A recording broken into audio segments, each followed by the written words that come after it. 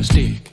You gon' have a mark from my stick, from my stick. My stick, my stick, my stick is better than bacon. You can't touch my stick. I don't wanna. Yeah, you want my stick. Dump your coconut with my stick. Look at my stick.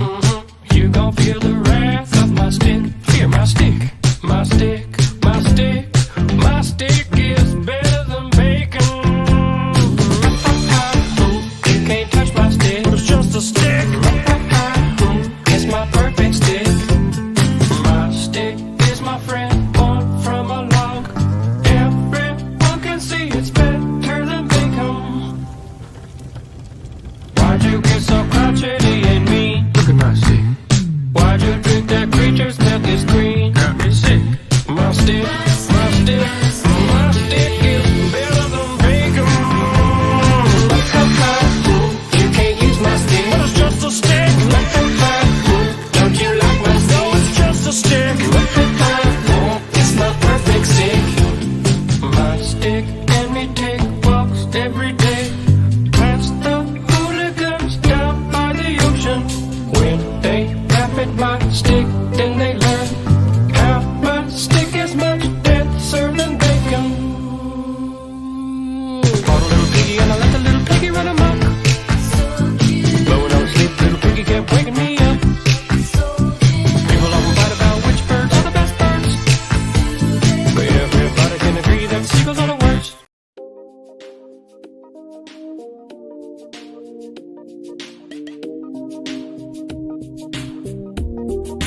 Do not wear that outfit again. But if you wanna keep your speed, because I want to fit in. Sorry, you're just not terribly important to me. Did you know that Whitney Houston's debut her phone #1 single song? Did you know that, Christy, there are no girls with good personalities? I don't think we should see each other anymore. It never was supposed to be. Gotta return some videotapes. Have to return some videotapes. Did you know I'm utterly insane? I like to dissect girls that ate some of their brains. Gotta return some videotapes. I'm really late. Gotta return some videotapes. I guess I'm probably returning videotapes. Gotta return some videotapes. I guess I'm probably returning videotapes. Black dress with the tights underneath. I got the breath of her last cigarette on my teeth. And she's an actress, but she ain't got no need. She's got money from her parents in a trust fund back east. Tongues always pressed to your cheeks, while my tongue is on the inside of some other girl's teeth. You tell your boyfriend, if he says he's got beef, that I'm a vegetarian and I ain't fucking scared of him. She wants to touch me, woo. She wants me, love me, woo. She'll never leave me, woo. Don't trust her, never trust her. Won't trust her, won't trust me. She wants to touch me, woo. She wants me, love me, woo. She'll never leave me, woo. Don't trust her, never trust her. Won't trust her, won't trust me.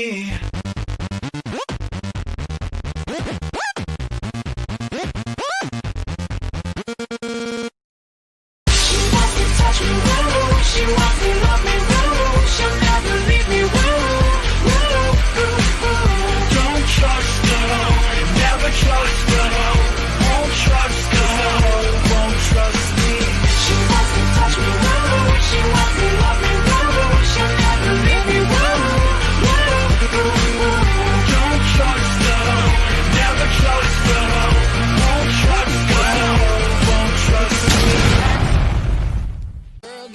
The following program is rated TV-17, containing bad language. You got knocked the fuck out, man! Sexual situations. Like you're gonna take your pants off instead. Nudity. Sure. And graphic depictions of nut-crunching dick kicks. Oh, I just had to kick you in the diddly again. Parental discretion is advised.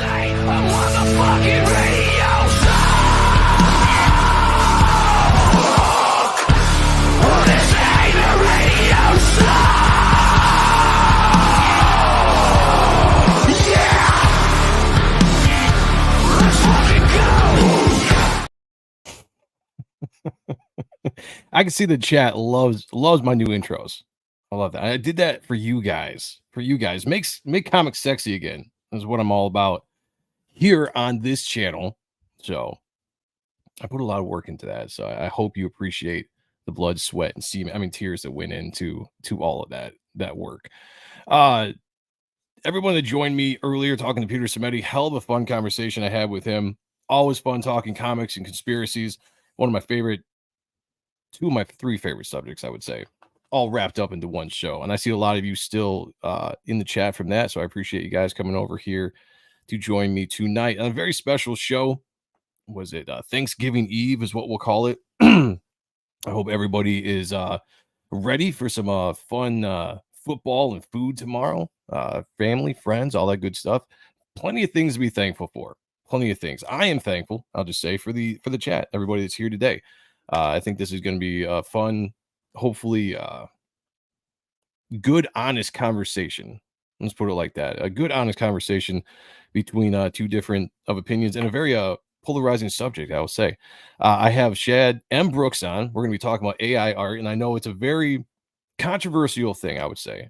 Judging by a lot of the Twitter back and forth with Shad and people for, people against. I've been in the chat. I know a lot of people have been in the comments as well, going back and forth with a bunch of different stuff. So, I was like, instead of missing what could be between the lines in between Twitter fights or X fights, whatever it's called now, why not just have the guy on and explain from his point of view what we're talking about? And let's go back and forth. Let's have a conversation. I know we're not going to be changing minds. This is not a debate per se. You know where I stand. I'm very much against AI art when it comes to comic book art specifically. And that's kind of what I want to keep it to with the conversation is in the form of comic book art. I personally think it's a lazy thing when it comes to just everything when it comes to prompts. And I'll have him explain it. He'll explain it way better than I can. But when it comes to AI art, I do believe it's a lazy thing. He believes it's a great thing. We're going to talk about it. Before we jump in, though, I'm going to say hi to the chat. We got Hail Allure is not showing up on the StreamYard feed, but he was the very first in the chat and first in our hearts. Good to see you, brother. Thank you for being here. We got Dennis Kelly in here as well. Hail the chat. My good friend Jeremy of Ice and Fire. Everybody check out his channel. Very good information on anything Games of Thrones, from anything. He's an awesome channel. Check him out. Let's see. Beach Penny Productions. Hello, Joe and Shad. Looking forward to this video. Truly think that more talks like this should be done.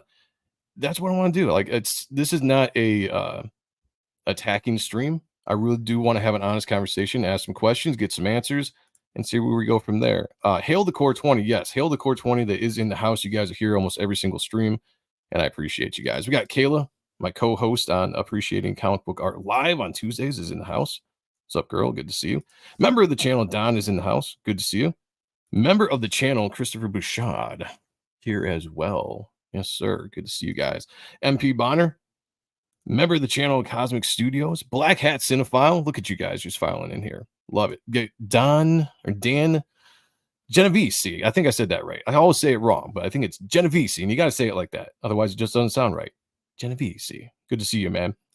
Let's see. Here on the Steadfast is in the chat as well. Good to see you guys. Duck Bacon, Diet Milk says sticks and videotapes are a good sign. That's a good point. I like that. Remember the channel Astro Zombies in the house. Hail the chat, or hello to the chat. Hello to you. Let's see. Steve, good to see you, brother. Thanks for being here.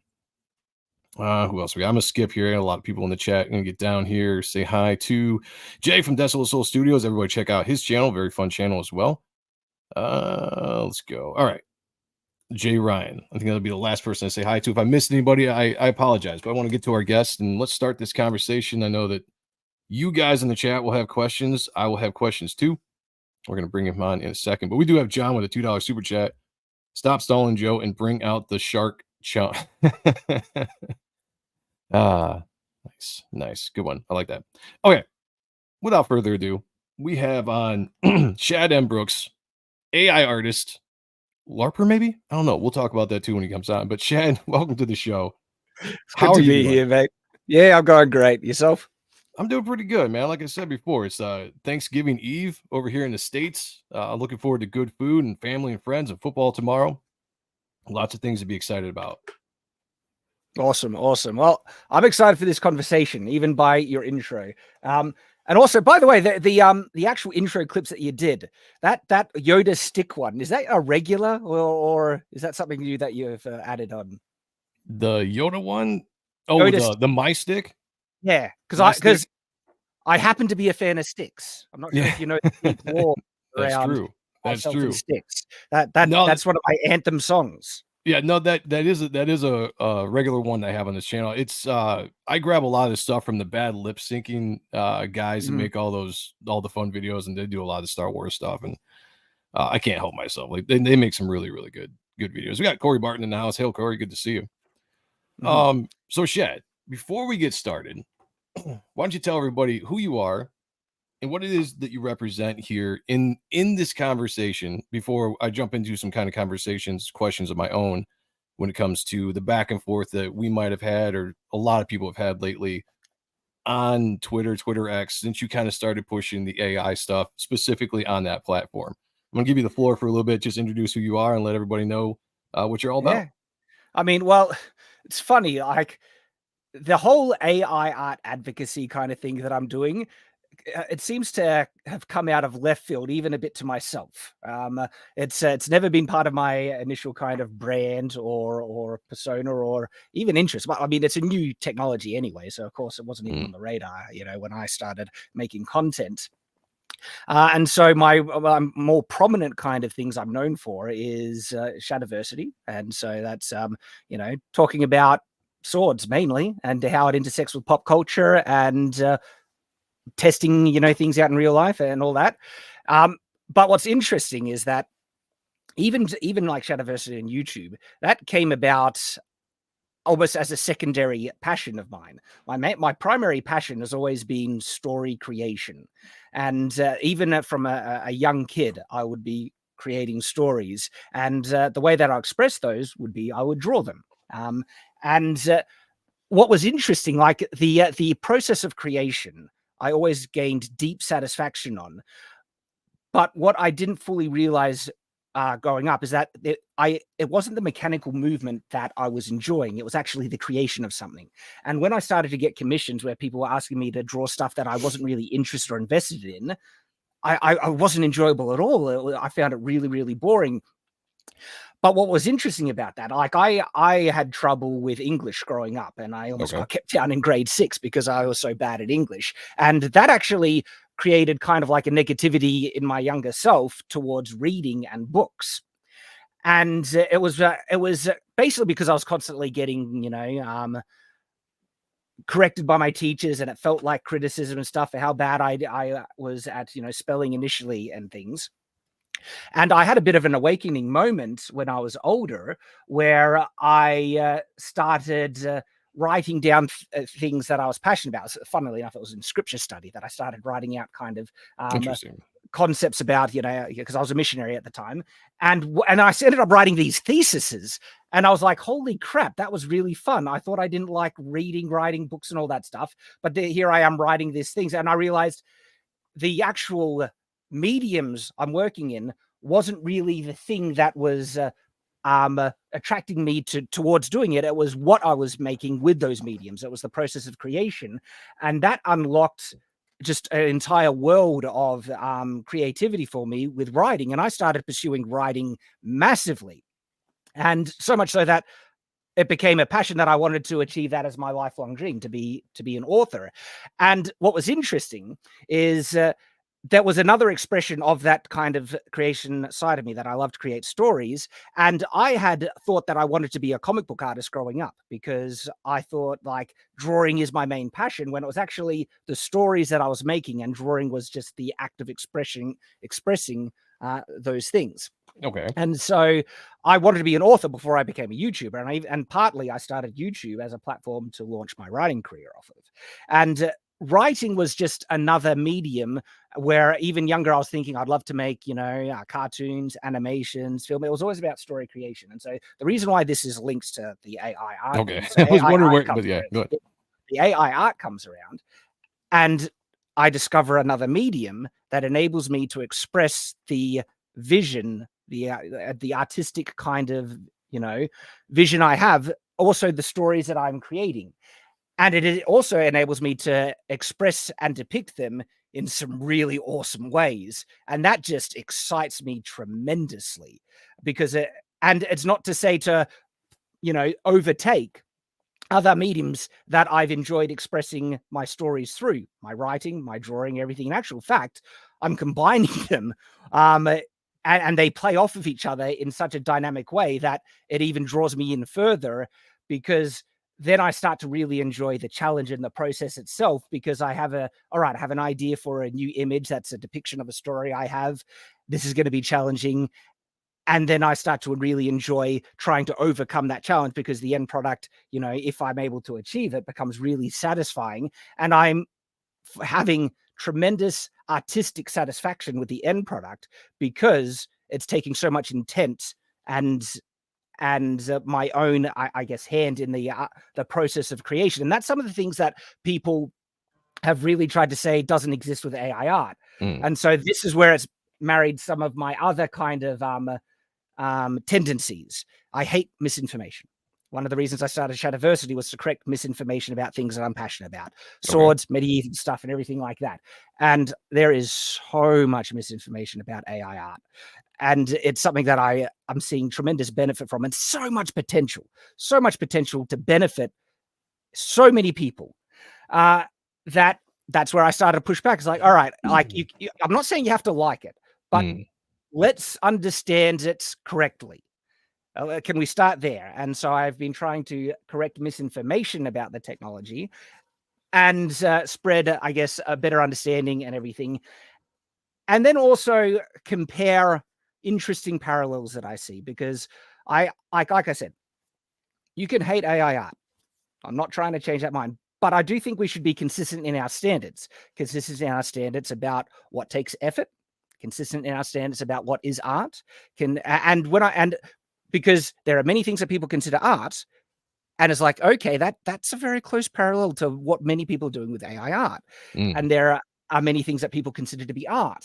And there are multiple other kind of standards that kind of just come to my mind. It's like, all right, well, let's compare and contrast. But anyway, that's kind of the background for me. Right. Well, let's dive into some of that here in a second. Guys, I see you in the chat. There's a lot of people in the chat. Chat's going crazy. Some funny comments in there.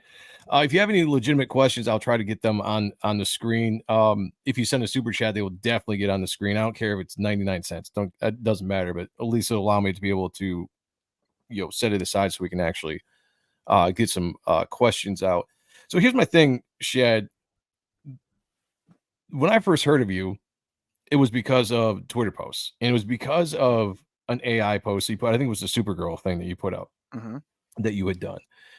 And when I originally read the post, I took it as a very kind of condescending towards the art community, just kind of the way you presented it, almost like saying we artists. And, I consider myself a real artist, no offense, but just a real artist that draws with my hands from beginning to end. Could I ask what your standard then is for being a real artist? Is it like someone doing something physically with their hands?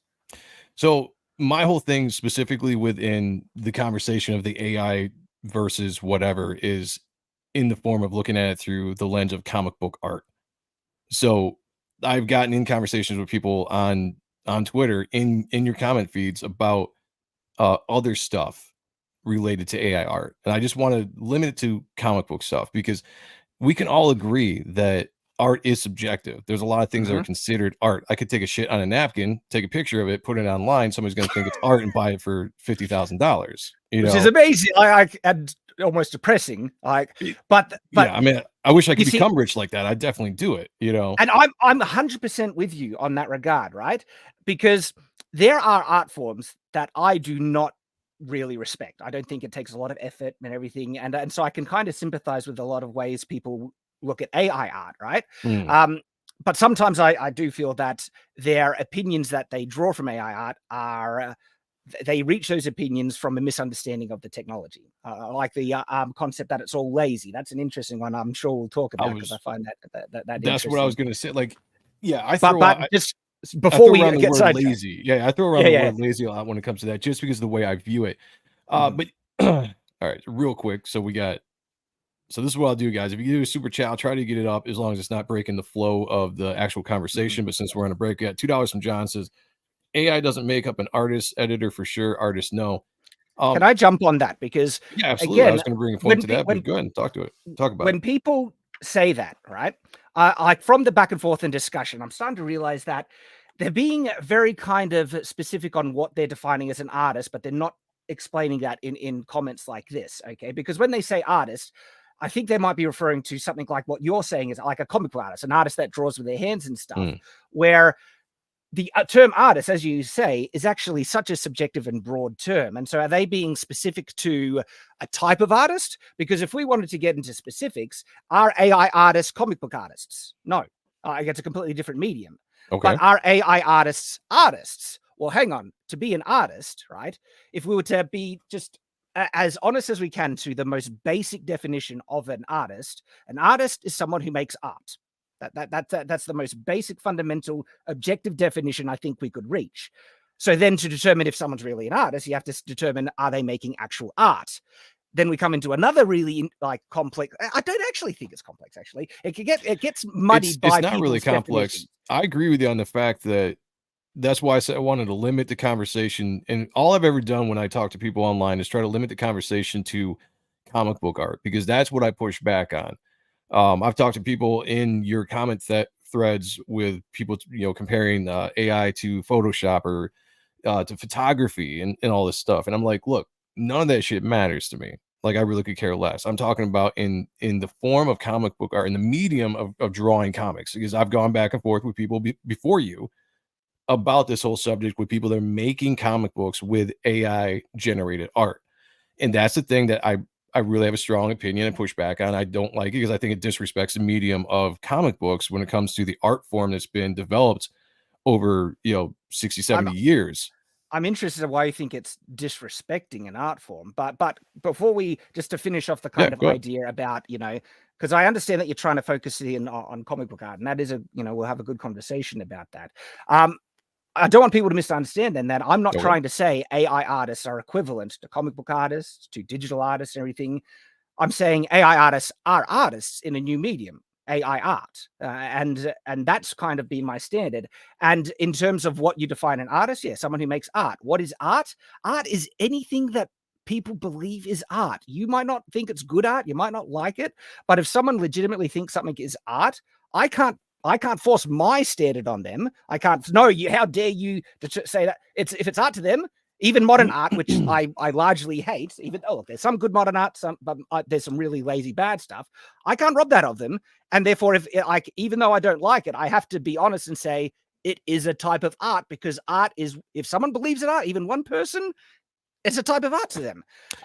You don't have to like it. Yeah, and you don't have to think of it yourself, but if you just the objective standard of what is art, it's whatever someone thinks is art. Okay, I would say we can agree. We can agree on art form in general, kind of like what I brought up earlier. Art can be anything. Unfortunately, there's some weird stuff out there.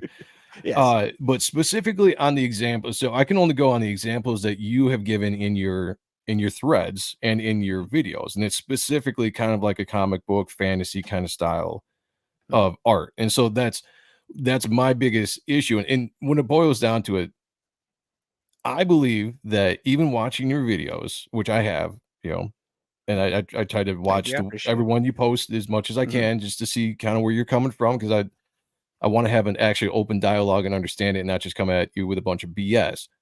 But I don't understand how using prompts to generate an image, and maybe this is where you can kind of go in and explain yourself a little bit more than you do on Twitter, but using prompts to generate an image that pulls from already existing images or whatever you've shown in your videos. You can have, like some of the anime stuff or whatever it is that looks like you pull from, and it, that Supergirl thing. I would suggest everybody, if you haven't yet, go back and watch Shad's video on Supergirl, because you get to see your entire process, which I did appreciate.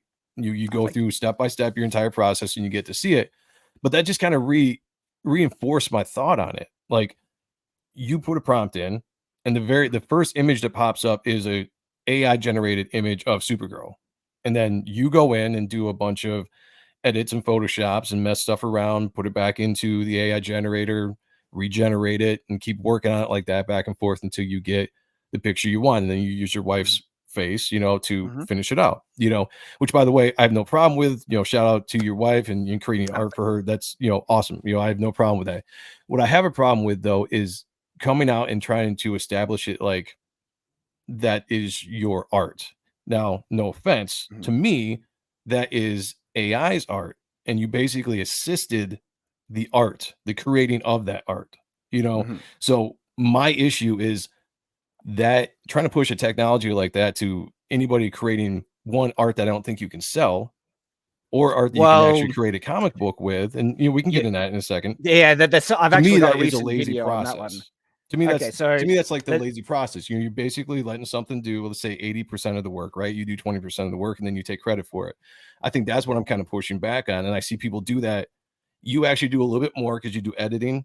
Granted, I'll give you that, but people have gotten in arguments before, just have stuff generated and then throw it onto a comic book page and then try to pass it off as a comic book. And there's so much more to a comic book when it comes to storytelling, sequential story, telling, the art, the stuff that you have to learn and study to become good at. And it's almost like people are trying to skip that process to get from A to B really quick without any understanding of what they're doing. And I see you, and I'm not putting you specifically in that position, Shad, but I see you because you've come out, you've been a big advocate for it. You've created videos, and I get to see your process. And I still have not seen anything that changes my mind, even watching your videos. So how do you reconcile with the fact that I come and say that this still isn't your art because somebody else, the computer, is creating 80% of it? So I've addressed that with my pendulum art example. Did you get to see that little clip? I did, and I really didn't accept that answer, to be honest with you. Because just I to saw the explain it, video. Yeah, go ahead and explain. Yeah, explain it if people didn't see it. Go ahead. there are a lot of art forms that use automatic processes that run on its own, and all the person did was initiate it. And pendulum art is a primary example, but I like the most direct example is probably photography, where you press a button and there's an automatic machine, or a machine that runs through an automatic process that captures or creates that art, right? But because it's a machine, it doesn't have a soul, right? The person who initiated that work's creation is credited as the creator in pendulum art and in photography. And I don't think necessarily all, everything that people take with a camera, right, is art. I think that it requires artistic intent for it to become art. Okay. That's my same view with AI art. If someone has artistic intent with what they're trying to create, okay, because there's no other person in the process, they are the causer, the initiator of this work's creation. That's why they're the creator. Even though they're using a very advanced tool that you can say is doing most of the work, that's the same with photography. Now, I'm not saying, I'm not trying to downplay some of the complexity and work that's required in making some of the greatest forms of photographic art. But exactly what I said there, I feel applies to the best AI art as well. And I don't think people are acknowledging how much work and intent is actually needed. Far more than just a prompt, right? To make some of the best AI art, to the point where it has such intent and additional work that a person is putting into it, that, oh, absolutely, I see it as tremendously, not only art, but because they are so responsible, the person is so responsible for how this final product is looking and working, I absolutely see them as the creator, not in the same way that if someone did it all by hand. I'm not trying to say it's equivalent. I'm trying to say it is a legitimate form of artwork in its own medium, and that the person who is the cause of its creation can take ownership over it and feel that they created it. Okay. I have a point to make on there, or just a question to ask. But before I do, $5 from John says, if I take your stories and shift paragraphs around and claim it's my own, am I a writer, editor, or plagiarist? I think that's kind of the way. Do you want me to answer that one? Yeah, go ahead and answer that. But I was going to say, I think that's the way a lot of people think. Yeah, well, it depends. Just like how I said, I don't think everyone necessarily who puts in a prompt in an AI art, same with someone taking a picture with a camera, is an artist. It depends how much they're actually adding into it. There is this really interesting AI art application which does real-time AI rendering of digital painting. And as you paint, the AI takes that and digitally renders it into a final result. And it is fascinating stuff where someone is actually doing like a lot of manual kind of digital painting to begin with. And so what I point that out to show that there's a spectrum in how AI art is used. And people always try and render it down to the most simplistic kind of form of it, just write in a prompt, when there is so much more that can be involved in this process that actually I feel legitimates more complex AI works as art, as, you know, the person doing it as the creator. But then people want to often ignore that and say, you just did a prompt, and render it down to analogies like the super chat was just given. You're just rearranging paragraphs and stuff. And I think that's them trying to make an analogy that they think AI art just takes images and rearranges it. And that is not how the technology works at all. It's not a collage machine. And people who kind of try and, paint it that way just really misunderstand the technology flatly, like in the way that it works. I think Sorry, no, you're fine. One of my main questions I have with doing that, so just straight up, I'm an artist. I've spent years, perfecting my craft, studying, learning, hours and hours of practice and study and all that kind of stuff to get to where I am as who I am as an artist. And I have an ego about it, right? I enjoy the ego of what it takes to create something from nothing to the final product. When I show it off, I show off whether it's a fully penciled piece or fully inked piece, but something I did all by myself. I put it out, I show it off. I have an ego to be like, that was me. I did that. Can you really take pride in something that a computer basically did the majority of the work, and you just basically edited it to a point where you can say, I did these things to make it better, but the majority of the work was in that Supergirl. If you guys have not seen that video, you put it right out there. You prompted all the prompts with your programs, and it created that image. It created that image for you, and you tweaked it. Granted, you did work. I get you. You put work into it. You put hours into it, all that kind of stuff. But is that something you can still take pride in and say, like, that was me? Like, I did that. Where I can do that. I can put my art out there and be like, that was me. Like, look at it. Yeah. I have an ego. Praise me. That's my art. All right. Well, I'm not trying to get that when I put my art out there. Like, to answer your question, yes, but not in the same way. When I put my art out there, that's not me saying that I constructed the whole thing by hand and everything. And I absolutely believe if someone made that same image, but by hand, that's more impressive. Absolutely. And I would be more impressed and give more credit to the artist in the credit that you're trying to say that, that the artist deserves for having done by hand.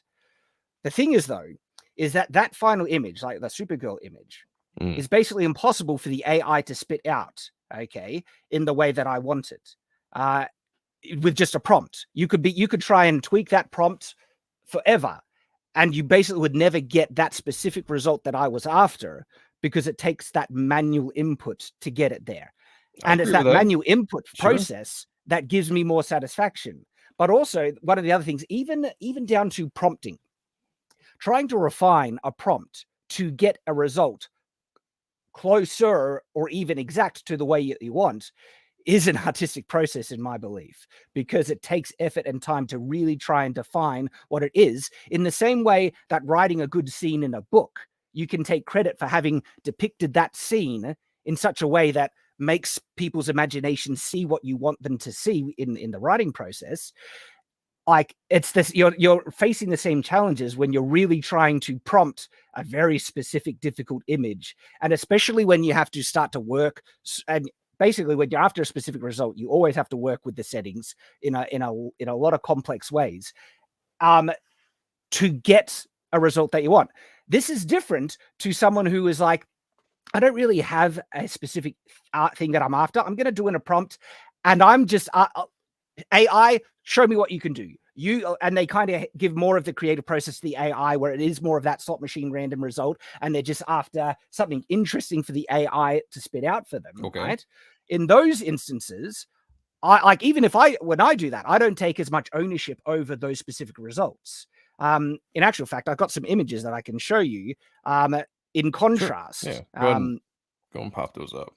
Real quick, while you're doing that, we got John for $20. Damn, dude, appreciate you. You're gonna fund my daughter's college here in a second. Says, where do you think program converting the digital painting in real time learned patterns from? Did photographers get credit? Did landscape artists? Did any other source that trained it with get credit for the source's images? And that's another, like, we'll jump into that topic. Let's pin that, because that's another topic that I'd love to talk about, in full. We'll definitely get back to that. Thank you, John.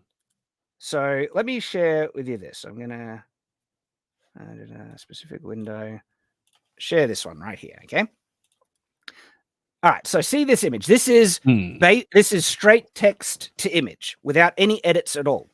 Now, what I was doing here is that I have a specific image in my mind that I know the AI will never be able to get exact. I have a specific pose, and in actual fact, it's going to be a mix between medieval and science fiction combined.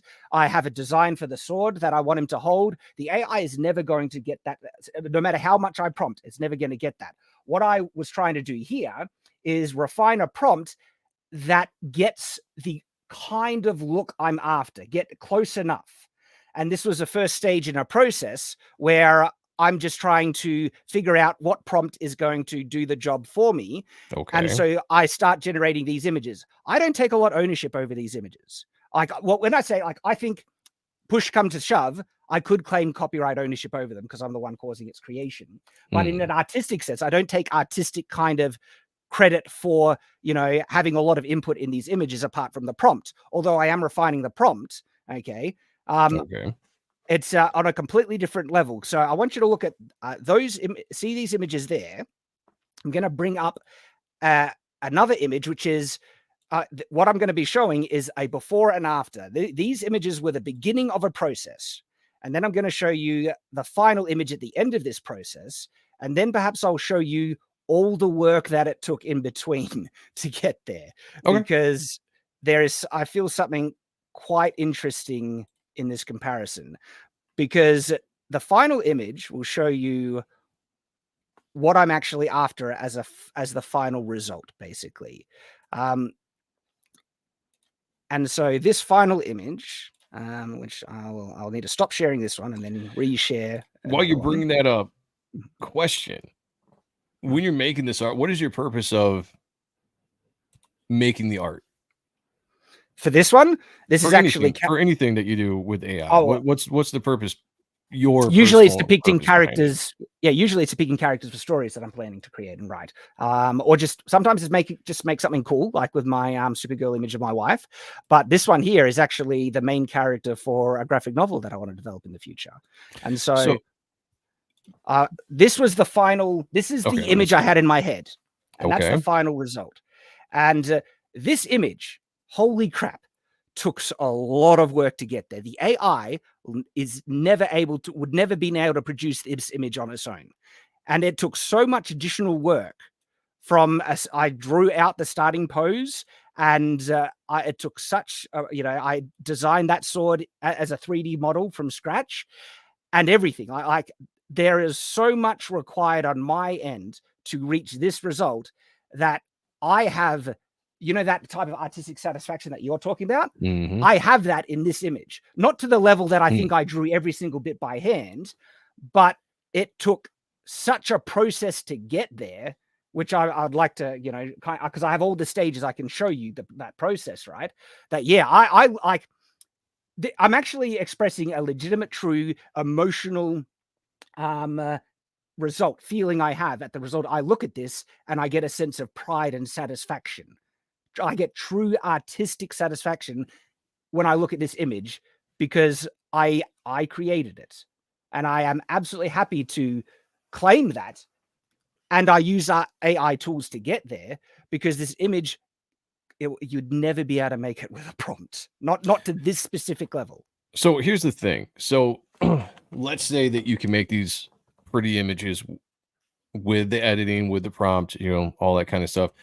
I see people in the chat, and this is kind of something that we all kind of think about. So with the AI generator, it had to generate an image that was very similar to this before you messed with it and made it, you know, more your own. But I see people in the chat saying this looks like Guts from Berserker, and there was another person that said it looked like Final Fantasy mashed with Berserker. How do you get around the fact that the AI could pull from those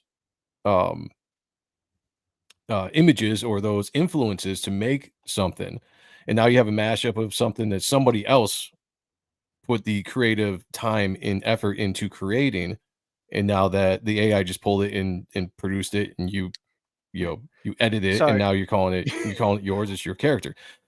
How do you reconcile that when people point that out to you? well, for one, I know that they're wrong because I drew out the initial pose and design of this character by hand myself. It wasn't the AI. And I find it really interesting that people want to automatically try and pass off the creative composition design of this image to AI because I use AI tools when they haven't even realized that the composition design is all 100% me. Same with that sword. I designed that sword from zero to the actual design in SketchUp. It's a 3D model I made myself, right? Now, to get the AI to draw from artistic sources, you usually need a prompt. If I actually wanted this to draw from Berserk, I would have need to have prompted it intentionally for it to draw from Berserk. In the same way that an artist, you know, when you draw something by hand, taking inspiration from another anime or style, whatever, you can choose to do that manually. You can choose to do that with AI art tools as well. And so to show you the beginning process, right? Yeah, I'll stop I'd love sharing to this see one. the very, very beginning. I do, guys. I see your super chats coming in. I'll definitely get to them here in a second when we get a break from this specific thing that Shad is showing, and I'll jump into some of the super chats that came in dealing with this topic. All right, so I've shared a new image. So that's the initial sketch drawing that I did by hand. Now, you'll notice there's a lot of elements missing. This one was just to get the pose. This was for pose. I scanned it, brought it into Photoshop, and then I added that. And you might already be starting to see the design and composition of the image pretty clearly there. Now, this image here is the thing that I put into the AI generator. I'm going to stop sharing this one because the process to get from that stage to the next stage, and we're not even at the finished stage yet. You're going to show the very next stage. Well, the very next stage. The very next stage. Well, I'll share this one, right? Okay. So from this image, right? Yes. This is straight. So I'm doing image to image using ControlNet and a number of ControlNet applications. And so just trying to do image to image with a prompt, it'll totally warp, mutate, and it will not look anything like the original one. And so I'm using a lot of tools that you need to learn how to use to take this image and then process it. And so that was, am I on the right image? No, hang on. Are you seeing it change? I did not see it change. Okay, so now you see it change. All right. So from there to there. So this is what the AI can do just with one process without any additional editing or work. All right. And so I took that image and got that. What did it do? It made the colors on the surcoat wrong. Look at that hand. That hand is mutated beyond belief. Okay. That's got toes on the feet. All right. I this image is a piece of crap. But to say that there is nothing good in it, I think would be disingenuous. Like look at the way that it's done the tone on the muscles. And Okay, there is well something here's working my with the face. here's my issue with this, Shad. Mhm. Go back to the image you just had. Yep, you got. Let me just bring this up. There. Okay, so this is your original drawing. So you hand drew this, you Yep. you colored it in Photoshop or whatever it is that you use. So this is your art style, whether it's loose or not. I don't know. I've never seen an No, it's not actual like this is I've never actually like, seen a finished piece by you. But just my point is, Mhm. you're taking this very, very loose rough, gesture or yeah. whatever, and then the very next picture Mhm. is the AI assist. So the AI took everything. Yes, your pose is there. Okay, Mhm. it's a similar pose, but nothing resembles anything you just did with the AI prompts. Nothing. Nothing does. Nothing like because Just to the me pose, just the pose that the you drew. pose, That's it. but Everything else, now you got this mapped on, painted, detailed muscles and all this stuff. Yeah, there are Mhm. errors in there for sure that you're Yeah, gonna big say errors. you fix Well, and no, everything, but this there's was nothing that resembles one from the other. all right. So I think nothing is way too far of a leap because to me, one of the most important elements is actually kept, which is the tone of the image, the expression, which is held in the pose and the angle of the face and everything. And that's one of the more important things to me. But there is too much difference that I wouldn't use this one. So what you do, you refine the prompt, try and get it closer, and I try again. And so now we have something that, okay, looks a bit better, but no, like from to get from there to there, right? That two stage right there. This is where I share and honestly believe knowing how to make the best AI art requires skill because an amateur with these AI image generators, what do they know to change in the prompt to repair what was wrong in this generation? Do they know See, specifically what you need to tweak to get a closer result to what you're after? And so there is a skill element that is needed in this to get the better results. But even this isn't perfect because you can see there's errors. It's got toes on the feet. It's missing the kneecaps, but it is a little better. And so that requires, again, refining the prompt even more. Now that one looks pretty good. That one's a bit better. And we're getting closer already, but we're still not there yet. Now you have something to say, I can hear. So I was just gonna I think this is the big issue. The big issue I have, and maybe other people have it too, is that yeah, so you're defending the process of how you make these images look better. It's not just AI. You go in and if people watch your videos, you put it into Photoshop, you can edit things, you can tweak stuff, you can clone stuff, you can move things around, you can, add all that stuff, and then you continue working on it. The AI generates a new image over the image that you uploaded. The problem is that still nothing resembles anything that you started out with.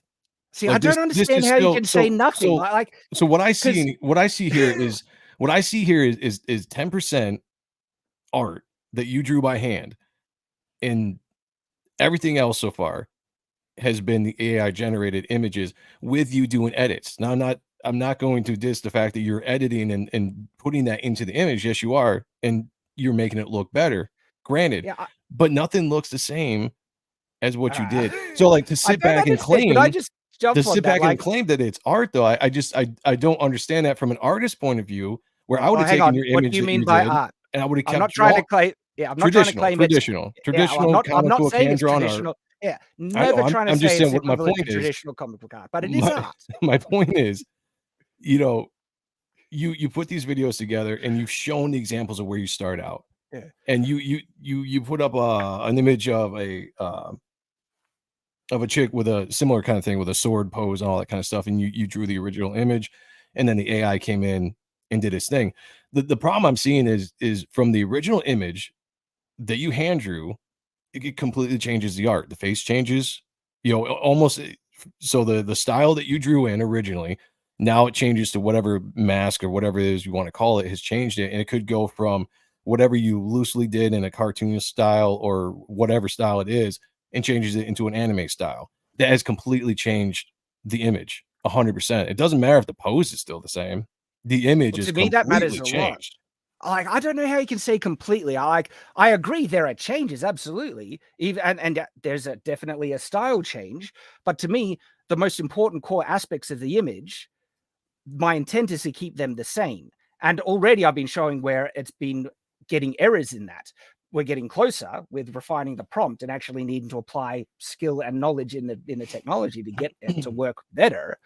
But to say it's completely different, I cannot see that and get there at all. Like, a good example maybe we'll come back to this image. Let's come back to this image. Okay.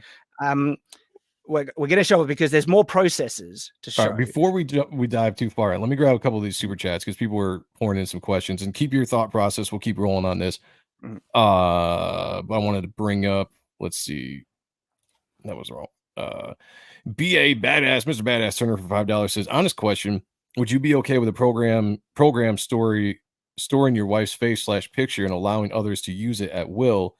You use other people's art. That's interesting because It's a false equivalency, though. how's that? Just explain that. Well, one is one's express likeness, okay? And the intent to use someone's face is to duplicate that face, that likeness exactly.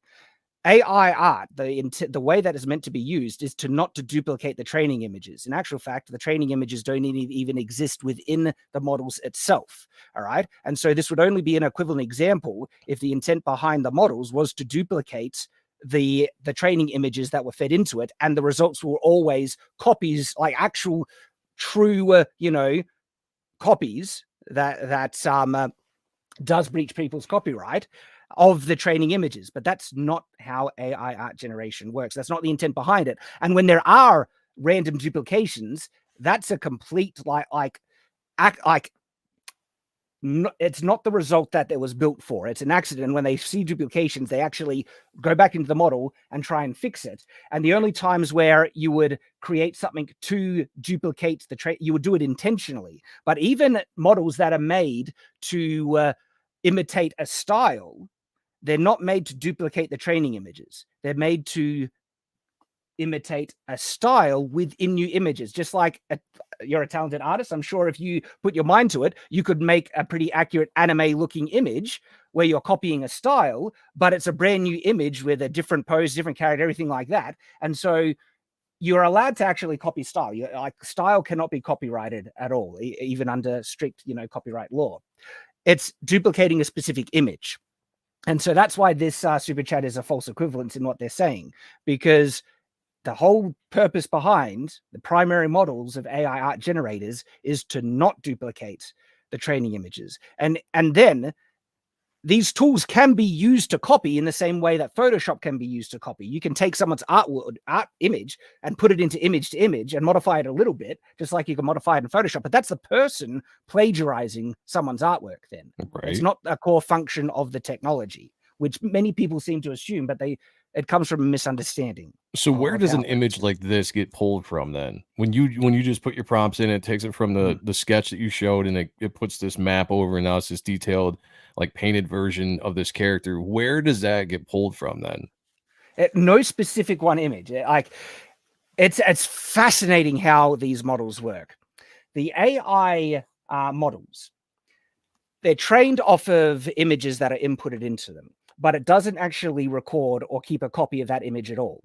Remember, these models are trained off of billions of images, terabytes. We're talking like hundreds of terabytes of images, right? But the resulting models are only like 4 to 7 gig in size, which means it's only capable of keeping a couple of bytes of data from each training image. It's literally impossible for it to store all those images within the model. What's it pulling from? It's pulling from its learned processes of how art is supposed to look like. It's not pulling from stored images. It literally learns what art is supposed to look like and associates those patterns with words. And so when you type in cat, it's not pulling from an image of a cat. it actually understands what a cat is supposed to look like in the same way a person does. This is why this technology is so amazing. When you draw a cat, like, unless you actually are trying to copy a specific image ahead, you just know what a cat looks like, and you can draw a cat. That's So how does the literally how AI these know what a models cat work. looks like? Because That's the amazing AI is thing. not it's not a human brain. It doesn't have an imagination. Well, All it can do is sample from things that it's functions. witnessed, it's Yeah, come yeah. across before. So if It that's the case, functions then like isn't a it human only brain. Yeah, it functions like a human brain. That's what a neural network is. It's a neural network is a program that literally is built to function like a human brain. And how it learns that, you feed it thousands of images of cats, and then it learns it learns kind of similarities. It learns patterns, specifically diffusion patterns. That's what really throws people. People don't, well, with stable diffusion, it's diffusion patterns.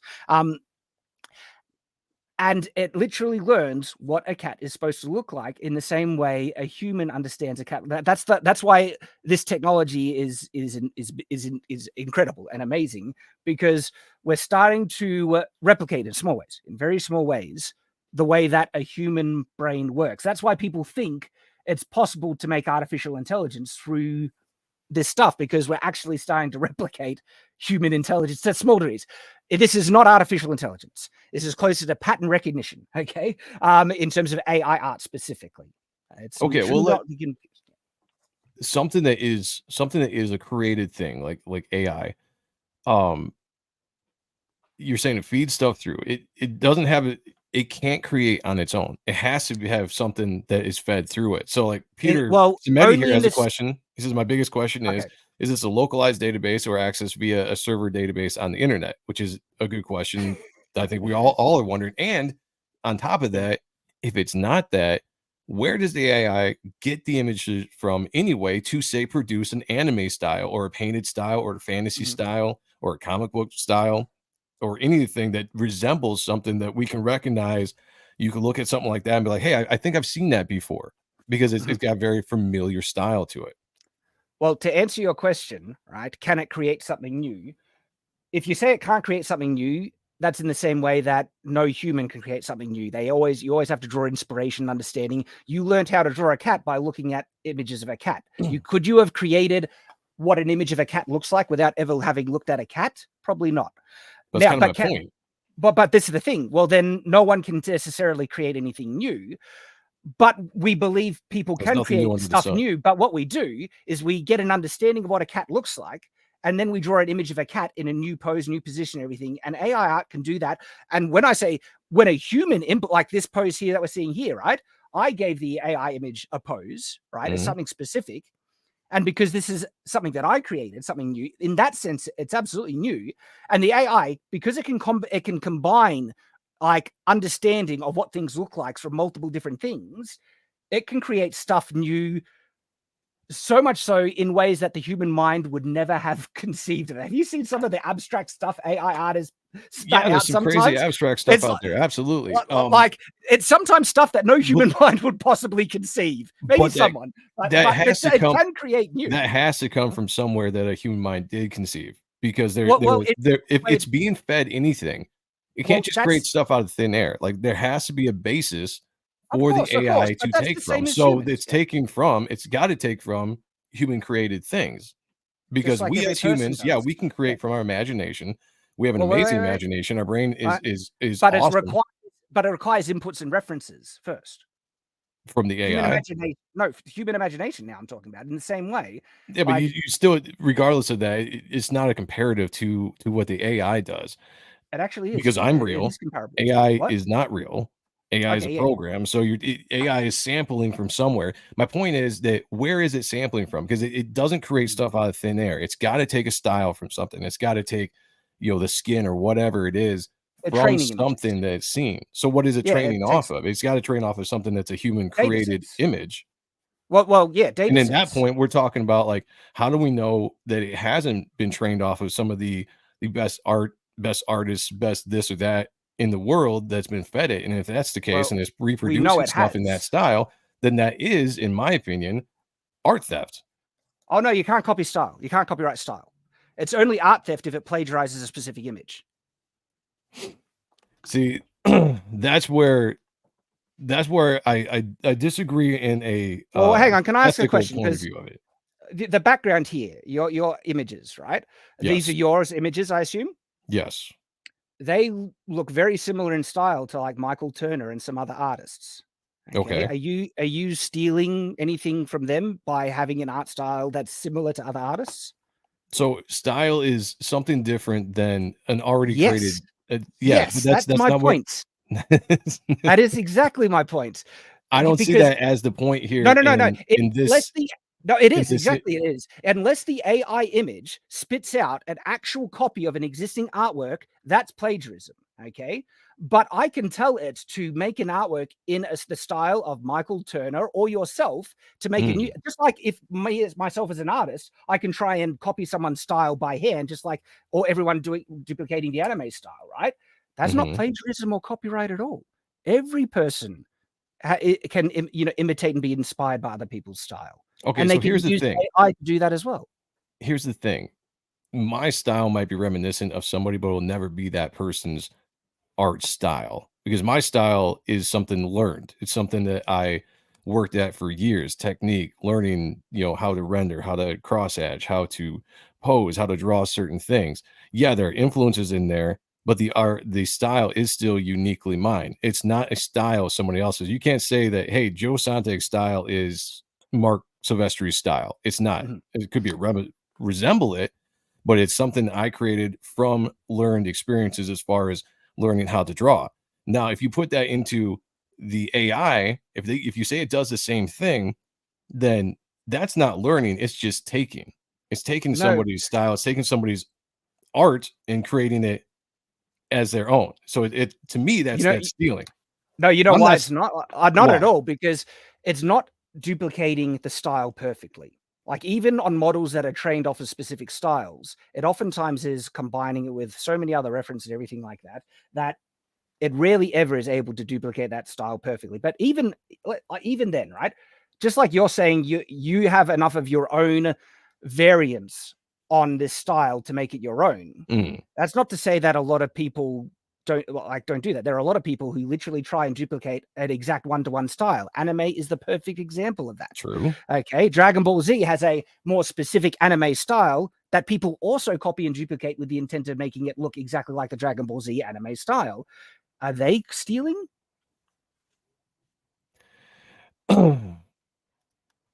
That, in itself might be more or less in They're not. a lazy to me, that's lazy. If you're drawing somebody else's actual style, to me, that's lazy. If I was to draw, if I spent all my time trying to look exactly like my favorite artist, regardless of all my skill that I might put into it and the way that stuff looks, to me, that's lazy. I've seen comic book artists out there that look exactly like Jim Lee. They look exactly like Michael Turner to a T. To when you first look at it, you're like, oh, that's Jim Lee, and you're like, oh wait, it's not. The signature is different, but it's so damn close because that person did nothing except try to look Mm. like that artist. I have a problem with that as well. Like, so I'm not See, justifying that at all. I think that's lazy. I think this is see, equally I can I as jump on that? lazy when it comes to generating Oh, images from known styles. My point is that AI can't create anything on its own. It's got to pull from somewhere. It's got to pull okay, from somewhere. okay. So it pulls from To images that jump are on already that, created by human beings. there's two things that I want to address, right? You're entitled to think it's lazy. I absolutely don't think it's not. When a human does, I actually oftentimes see when people try and imitate other people's style, they're doing it because they love that style. I see it more of an expression of respect and homage because what's the greatest form of flattery? Have you ever heard that saying? Imitation Mhm. is the greatest form of flattery. And so no, I actually I don't. But look, I can't change your opinion that you think is lazy. I just think you're wrong on that. Okay. Right. And when you say that the AI can't make anything new of itself, I think that's one, or like wrong for a number of reasons. One, because of the abstract horrors it can make, because it's mixing so many inputs to create something new in the same way the humans do. And like this image that that's still on screen right now, this is something absolutely new. The AI can't have made this on its own because it's requiring a unique concept that I constructed myself in a unique design, a unique composition that I made from scratch. Is it similar to other poses that exist in past? Yeah, there's similarities to it, The but poses I not know. to the exact point, right? And especially the design. Like we saw the final version of this, which is like a medieval sci-fi crossover with a specific sword and everything. That's absolutely a unique artwork. That's something new that I made with AI tools that I'm really proud of. Yeah, I'm not talking about poses can be duplicated. I mean, there's tons of poses there. There's only so many poses out there, I believe, that you can do. You're going to see the same poses over. Even traditional artists drawing are going to put the same pose as some other artist has done 1,000 times. My biggest issue, like I said, is not even with the theft of it all, if that's what people want to call it. I know there's been arguments in the past. What you're doing seems to be a lot more unique, I guess, to some that just generate something and put stuff out. Bringing back to my original point that it's hard for me, and I know you're not looking for my respect, so don't take this in the fact that I'm trying to give you and not give you my respect. I'm just saying in a sense, it's hard for me to respect that you can just put in a loose drawing like you did, throw a skin over it and adjust it a few times, and then there it is. And you can be like, look, this is comic book art, fantasy art, whatever you want to say. Like you said, this is for a graphic novel, right? So you're planning on doing concept. a I'm graphic novel. going to hire a human artist to do this. Okay, but so I'm you are making gonna the design. Yeah, I'm making the design of these characters, so I can say this is the main character. And I might also be making a companion visual companion or something with the graphic novel that probably will have these artworks that I'm initially making now as an additional bit of content that I was able to make with AI art, with the graphic novel that I'm wanting to produce through this. Now, I'm not trying to, gain your respect either.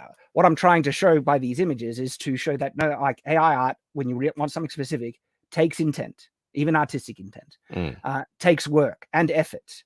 And then it's going to be up to people's subjective standards, whether they think that is worthy of respect or not. For myself, I gain tremendous artistic satisfaction because these images here, right? It took more. I took multiple generations and I didn't like the pattern. It was looking too royal, so I removed that. Right, this image, you might recognize the surcoat and the cloak. That's okay, that's actually really good. And so what I end up doing is that I grab the best parts from each image that I'm generating here. I change the prompt so it generates better armor, and then it messes up the surcoat completely. It's making it look like armor, but it's making the gauntlets and greaves better. So I'm actually just trying to generate those parts, and then I'm going to grab all those parts and in Photoshop bring them together, which gets me this image. And this image here required several hours work, right? Generating multiple different images to then bring them together and construct to reflect that initial concept and design accurately, because the AI just couldn't do it on its own. It required so much more work to get there, but we're still a long way off of the final product that I want, the final image result that I'm after. And as time permits, I'll show you the additional things that's required to get the final image. And I don't think even that will convince you or get you caught. Well, like I said, when we started this, yeah. I'm not trying to change your mind. You're not trying to change my mind. I'm trying to understand a little. I had some questions that we can't talk about on Twitter because either you don't have enough time or it's hard to go into to explaining. So you were designing this stuff and you still plan on bringing in a physical artist to do the book. Oh yeah, absolutely. Well, okay. From an artist point of view, if somebody's hiring me onto a project, to me, that's a collaboration. You're bringing me on because my style, you're bringing me on because my experience, you like the stuff that I do. I don't need or would want anything to inspire what you were looking for, other than you tell me, hey, I'm looking for this, I would like a character that looks like this, and then I go in and I design it from scratch from my thought process, adding into what you want to do. It becomes a collaboration. If I was hired onto a project and someone was like, hey, this is already created, you have to draw everything exactly like what I've just done, I personally wouldn't do that because there's no fun in it. There's no fun in Okay. creating it. Everything's already created. That's just a personal thing. Other people might Yeah, feel that different is about that. so Yeah, it's just you personal. I'm wouldn't. just don't. Yeah, if someone offered you to do Superman, you would say no because it's a pre-established design and you don't get to add your creativity to it. Well, first of all, if I was offered to do Superman, I'd say no because I probably wouldn't pay enough to make But it if the pay was right, worthwhile. like based on the fundamental principles you're laying out here. Oh, I mean, yeah, if the pay was right, yeah, sure. That's a lot But different. then hang But on, why do you no, have no, an wait, issue wait. with? That's a lot different when you're taking a job when you're talking about working with an iconic character like Superman. Even with that, even in that, an artist can take on Superman and put their own touch. We see artists do it all the time. Michael Turner's Superman looked different than Jim Lee's Superman. Mhm. Why Uh, can't they do that John with my Burns. AI references? Are you using somebody else's character No, for it? these are my characters, my original character designs, and it's a specific world, specific story, just like the Mhm. Shadow the Conqueror graphic novel, right? That I did with Mike Miller, right? There's a specific character design, and especially the sword that needs to be done accurately. Okay, he absolutely got to add his artistic flair to it, but it's not unreasonable to say, hang on, this is a specific world, specific character, specific design. This is what it needs to look like. Why is there an issue with me having a much better, depiction of it in AI art as a reference and base beginning point than something that was either drawn by myself by hand, which would not be as accurate or define the thing, Even as if you well as even if you did the original drawing by your hand and Mm. presented that to me, at least that's more than enough to come up with something on my own and tweak it and do everything I wanted. Then to put all the effort into the AI and present that to an artist. I had why is somebody. that different? Why is it different? Well, Yeah. the art that you just put in and you created, you took all that time to create. I'm just gonna throw in the trash when you show it to me. Well, then, what would be the point of hiring you if you're not going to be true to the purpose of the project? Like, I don't think most people would have an issue with a reference image that defines a character design if it was made by AI or commissioned by a separate artist. That's the design. You would need to draw it according to the design. Yeah, reference. I get what you're saying. I get what you're saying with references. That's one thing, but bringing in like I had this conversation with a guy on your feed. It was the same thing. It's like I'm making a book. I'm creating all this stuff through AI so I can just give it to an artist. And I said, if I was an artist being brought onto that project, I would really have no interest if you were handing me all this already pre-made stuff, detailed wise, that I have no real input in creating. That I'm just being hired to draw exactly what it is. It's taking the artistic freedom away from me to tweak anything. If you're telling me about your story, if you and I sat down, you're like, hey, Joe, I want to hire you. I got this story, blah, blah, blah. You go into all this detail. We have meetings. We come to a mind or we come to a meeting of a mind about it. I'm sitting down there. I'm sketching away as you're telling me. Then that's me pouring my own ideas into the art without the kind of reference. That's for the artistic freedom of an artist. That's what I'd be looking for. The straight up, and this goes to anybody. To backtrack a little bit, this goes to anybody that's like, here, I hand drew all these, or this was the artist that came before me. If I was coming onto a project, I would be like, I want to make this project my own. You brought me on because you want me for a specific reason. I'm going to make the project my own. You and I are going to sit down. I'm going to create from my own mind, my style, and make what I make that's coming from my imagination. I'm not going to base it on something else. Now, if that's not what you're looking for, yeah, obviously you wouldn't hire me. But I'm just saying from this is a personal point of view and not speaking for all artists out there. I'm speaking for Joe Sonntag. That's it. Mhm. If that was the case and you were presenting all this stuff to me, I would instantly be turned off because it's just I have no passion in doing that. I have passion in creating with you if we were doing a project together, creating with you based on what you are telling me. And it allows me to do all the visuals and put it all together. Personally, that's why that if the AI design, the AI art, all the hours you spent tweaking and putting everything into it is going to, even if that was the case, is going to look vastly different on the page anyway. Yeah, because you would you have your own style that would be put to it. I got no issue with that. I think it's not necessarily reasonable, but if you're consistent with it, fine. And I would just expect you'd be consistent with it if you were given references, if it were AI art made or not. If you were asked to, draw the uniforms accurately and the starships accurately in a Star Trek graphic novel or something like that. That would just be an expected thing, that you be true to the design. If you're taking over an established project, yes, I get you. If you're taking over an already established thing, then it's got story, it's got establishment, it's got fan base. You want to keep true to that. If you're taking over a brand new project is what I'm talking about. Well, these are my projects. Right. It's a brand new project though. Again, No, we're not working, we're not working together. Just like with my novels and everything, when I'm creating a project, it's my project, and I have a very specific vision that I want it to be like. And if an artist doesn't want to work with me on that, it's fine. We wouldn't work together. But I don't think it's unreasonable at all to have a specific vision in mind for a project and expecting designs to be according to the way that you show and have done yourself, because I have that artistic, input in the project as well, that I want it to look a specific way because it is my story and artistic vision. And I don't think there should be an issue with the fact that these references would be AI made or not, unless you have an issue with, the morality of the technology. That's a separate discussion. But in terms of just having images made by AI and there's no issues with the way that they're made, it's just the fact that AI, I don't see any issue with that at all. No, I was just coming from a personal point of view. Yeah. From my point of view, when I look at that, if somebody was to hand me that and be like, hey, here's a project, here's all this already done, art, and I want you to base everything off on this, it just hampers my creativity as an artist. And I've done that. And I actually get that. I get that because I'm a bit He froze. Getting back here in a second. Lieutenant Hughes, for a member for 11 months, says, I understand Shad's views on AI. Hey, am I back? You're back. You're back. Here, let me finish reading this real quick. Of his character, since I struggle with getting my own vision from others, but I understand Joe's view as an artist.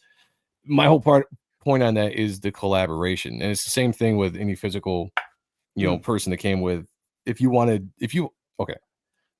I've been hired for a project before, never went through, that was very specific. And when I sit down, I'm like, there's all this, I'm like, I'm the wrong person. You hired the wrong person, because this one is not my style. This is not what I want to draw. You're not giving me the artistic freedom to change things and do what I want.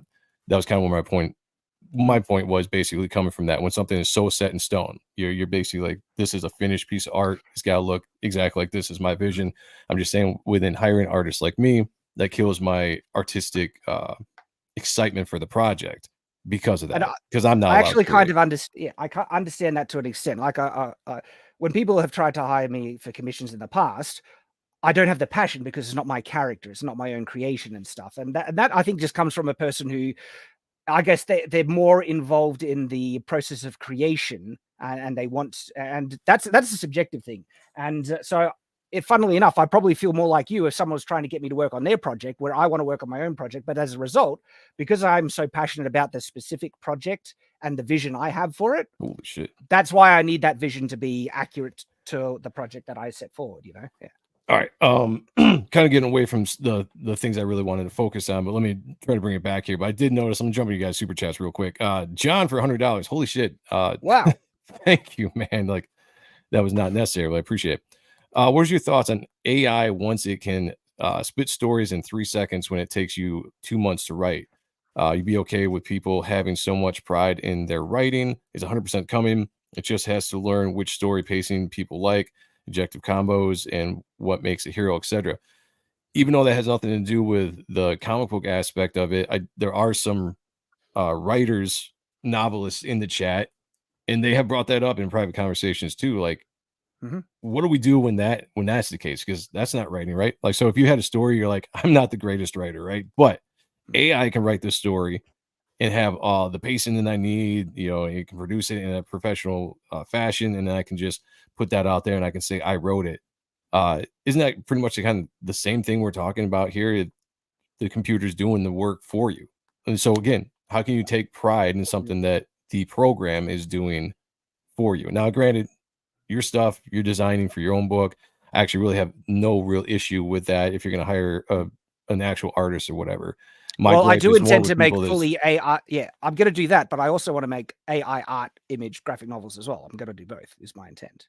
Okay, I guess that would probably be more of an issue that I have, and we could actually talk about that when it comes to sequential storytelling and whatever. But I mean, how do you reconcile something like that? If AI is being used let me rephrase it this way. I see a lot of the championing of AI and stuff. And one thing I see is if AI gets to a point where there's so many people jumping on thinking like, I can skip all this process, I can become an AI guy and I can just generate all this stuff.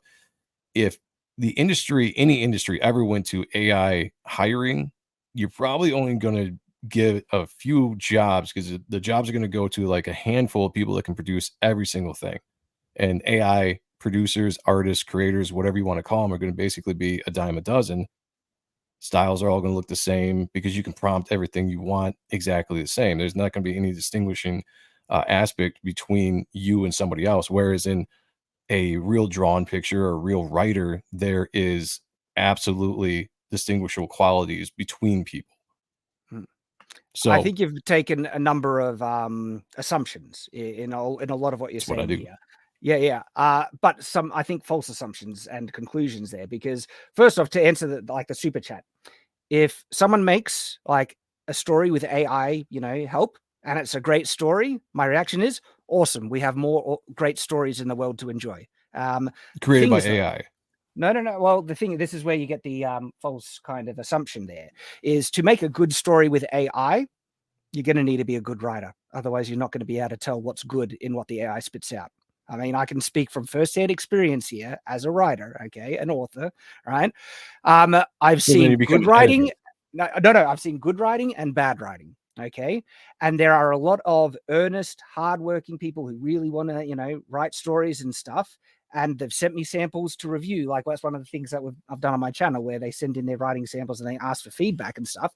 And they have tried their very best to make a good piece of writing, but they lack Okay. the experience and ability to Sure. see what was wrong with it.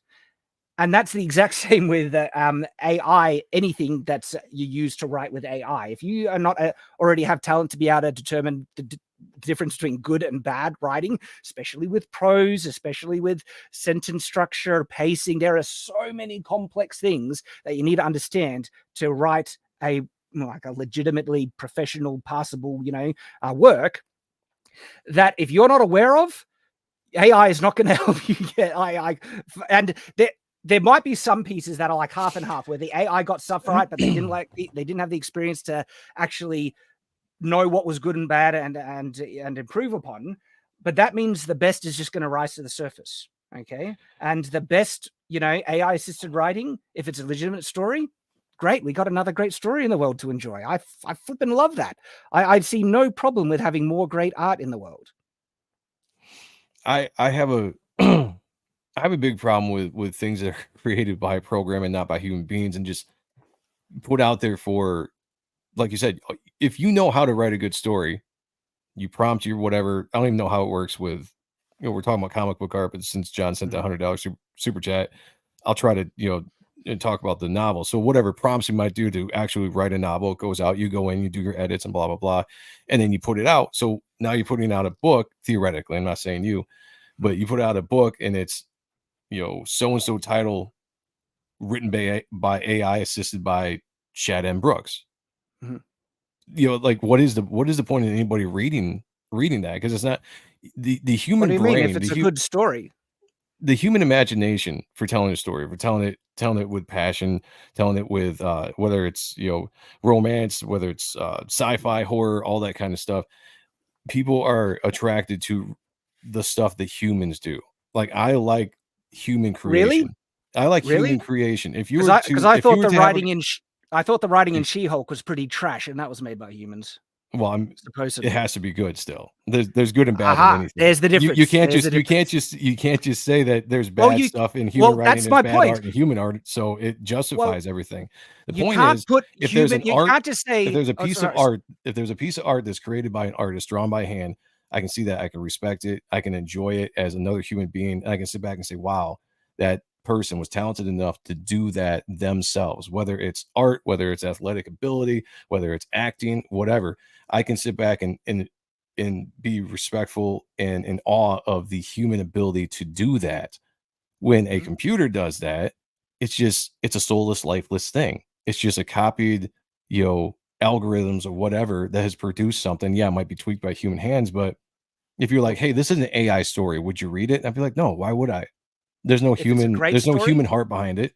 There's well, no hang human on. heart behind it. There's no human You're making imagination a leap. behind it. Like that's a subjective thing that you're imposing on it. Like, because like for my images, because it takes so much human input and artistic intent, and it's my vision. I started with that vision. That was the first vision I had, and I was able to use AI tools to depict that vision. I see heaps of human intent behind it, and soul, and all of those things. So to just blanket say that it has no soul and AI did it all to you, but I think it's a false premise that you're saying, because it requires so much human input usually to make the best results anyway.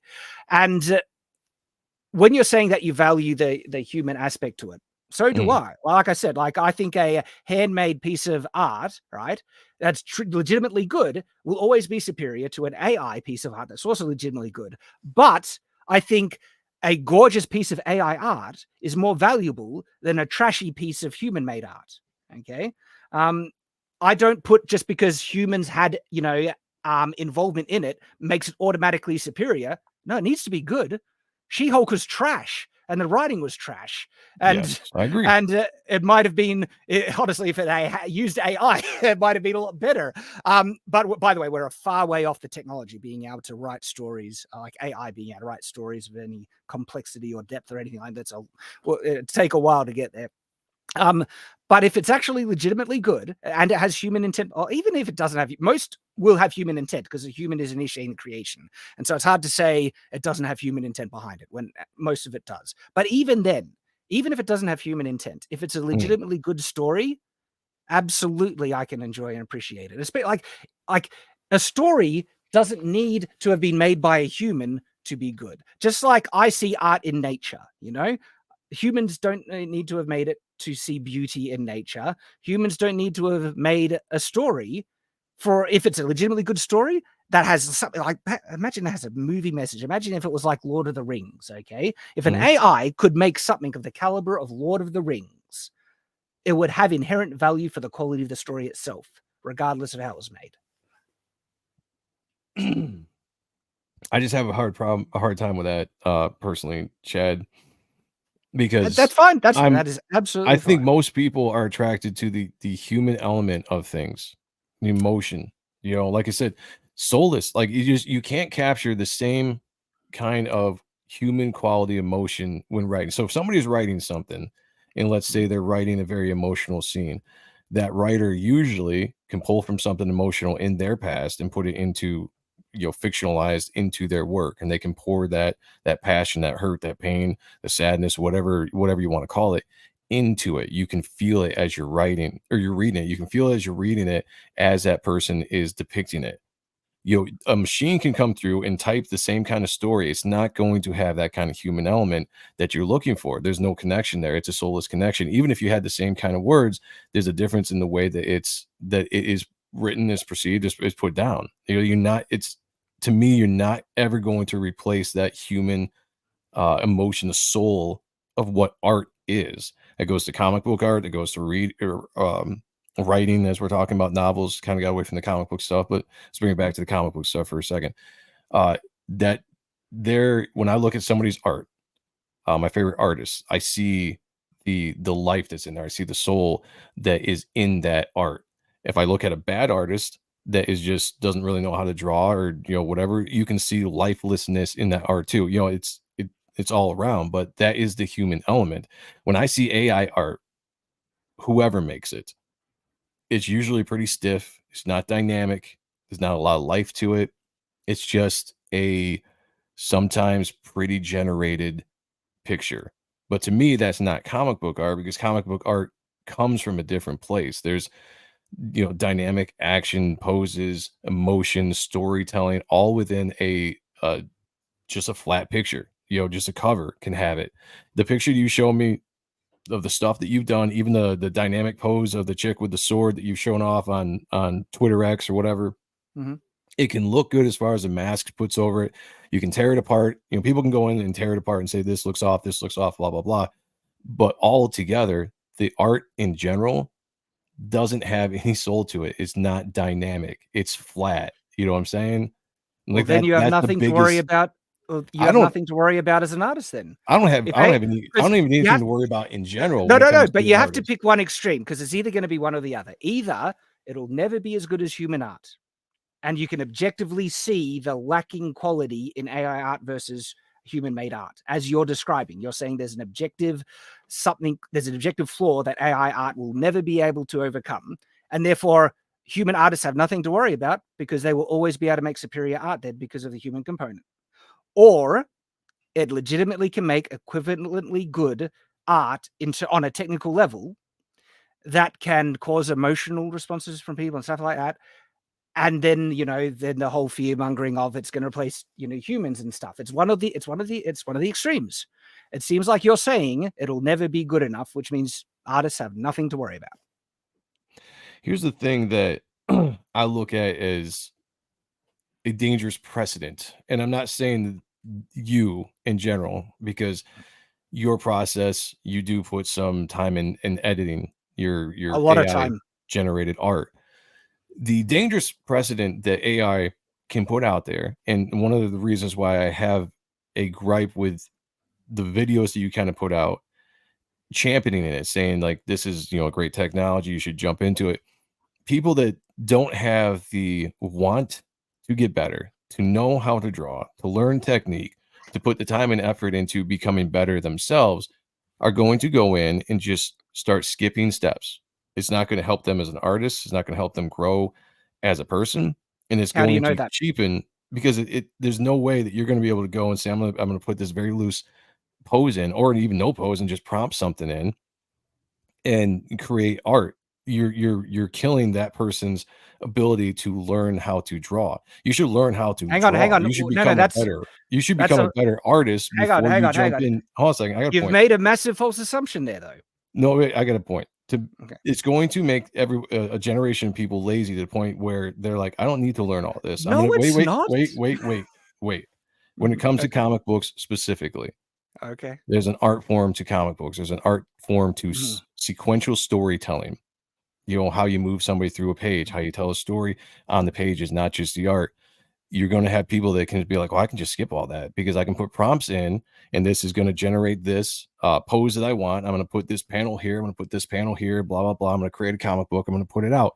To me, it disrespects the medium of comic book storytelling, and it cheapens what we do. Now, that's never going to threaten real artists like me and a lot of the artists I see in the chat. It's not going to threaten what we do, but it's going to cheapen a lot of stuff. It's almost like movies where people can make, the lowest quality movies and put it out. You cheapen cinema by some B movie that just hits the DVD racks or streaming or whatever. It's not the same. Really? Nowadays cinema is a bad example because a disagree lot of stuff more. is bad, but it's going to cheapen what we do. Yeah. It's going to cheapen what we do because people are going to come in and take all these steps and Okay. think they can do this, blah, blah, blah, because you can do prompts, you can put words in, it generates art, and now boom, you think you are an artist. Okay, look, I want to apologize for always trying to, interrupt and things. But you mentioned one point. Yes, you mentioned one point that I feel really needs to be addressed, but oftentimes then you lead into another point, and then there's too many things to try and address because. Yeah, I'm sorry. I ramble sometimes. Yeah. You were. I'm getting my thoughts out. Yeah. You were first talking and making many, I feel really just false assumptions based on not a lot of evidence or experience. In assuming that using AI tools will stop people wanting to develop as artists. I think that's such a false notion that comes from a misunderstanding of the technology. I'm experiencing the exact opposite. Starting using AI tools has only reinvigorated my visual artistic pursuits and made me want to get better. Your physical art by using the AI tools? So, because the initial poses are requiring a correct anatomy, and so that's forcing me to try and draw better anatomy. The lighting is a big issue, so I'm trying to learn better lighting, like understanding, so then I can correct the AI to get better lighting. Something that is going to be a real interesting challenge for me is merging the background and the character, because they often need to be done separately. And I'm going to have to just develop an artistic eye that I honestly have trouble trying to see, all right, this is how I can blend those images together. And it is forcing me to progress as an artist and develop more artistic skills far more from using the technology. And so people saying that it will make people lazy, I'm experiencing the exact opposite. If you're actually wanting to make specific result, like legitimately good works with this technology, and you're committed to wanting to make good quality, you actually need to develop as an artist to get that quality. And so that's the If you can first develop as an notion that you were artist, then saying. why do you need AI? If they were, No, well, if hang on. someone was- Because that was the first kind of thing that you mentioned and addressed. Okay, And go I ahead. also just want to Go ahead. mention that you were saying like bad cinema cheapens good cinema. I couldn't disagree more. I think the bad films actually just help contrast the quality difference. And to say that, you know, a crappy film somehow makes Lord of the Rings lesser, I could not disagree more with you there. Like Lord of the Rings is quality and it stands on its own.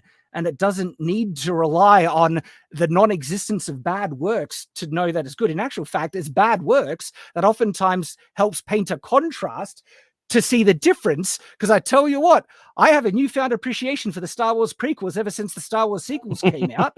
And so oftentimes bad quality stuff helps us appreciate the good.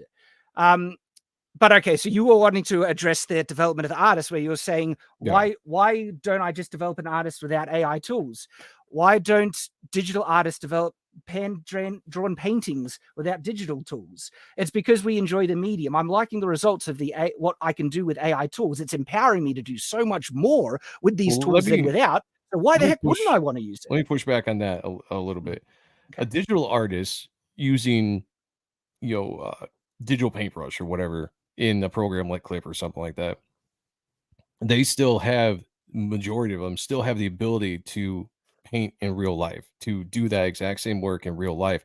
It's just a easier expression on digital because you're saving money on paper, on whatever tools, because it's all being done digitally, but you are still doing it yourself. You have the creative eye and you're doing it with your hand and you can create art. That's different than prompting. What about photography? Well, photography, again, that has nothing to do with what I'm talking about because I'm focusing solely on physical created art when it comes to comic book art or fantasy art. I'm not diving into but if we're talking and anything else like that. To the me, reason why it's that's a straw man argument because you want to jump into a different medium. No, about because AI art is a different medium. It seems like art. You're trying to make an equivalence. Okay, but you're trying to make an equivalence between hand-drawn art and AI art when I'm not drawing that equivalence. I'm saying it's a new medium. All right. And so that's why photography is such an important comparison. And it's not a straw man because it's a process that is using a machine to create an artistic result. Right. AI art is doing the same. I'm not trying to say it's equivalent to hand-drawn art. It can make art that can be used in equivalent ways, like comic book art, right? Well, but I'm not saying it's digital art. That's why I was pushing back on. Oh, yeah. But the better comparison then. Yeah. And the comparison I was. Yeah, I see better people comparison when they do a comparison to Photoshop or digital art or all that stuff. Like it's not the same comparison because it's not the same thing. Well, there are similarities in terms of using AI technology to cut corners and get a computer to do something for you. Like there are so many renders in Photoshop in which you can use cloud tool, the cloud render, and then use certain blending things to get a result. I've seen people draw amazing maps, right? And I would push back, without doing really any hand-drawn anything. I push back on that as much as the same thing too. For the most part, digital art. Oh, at least you're consistent. At least you're consistent then. I'll be consistent on it. Digital, okay, good. For the most part, hold on a second, let me talk. For the most part, digital artists know how to draw and they're using the tools that are available to them to draw. Now, if you are using cheats, like if you're using a brush that produces an insane pattern of cross-hatching, and all you have to do is touch that pen down and it creates a pattern of cross-hatching, and you do that, I have issues with that because that's not drawing. You're not doing that yourself. You're relying on something else. You're relying on a brush to produce that art.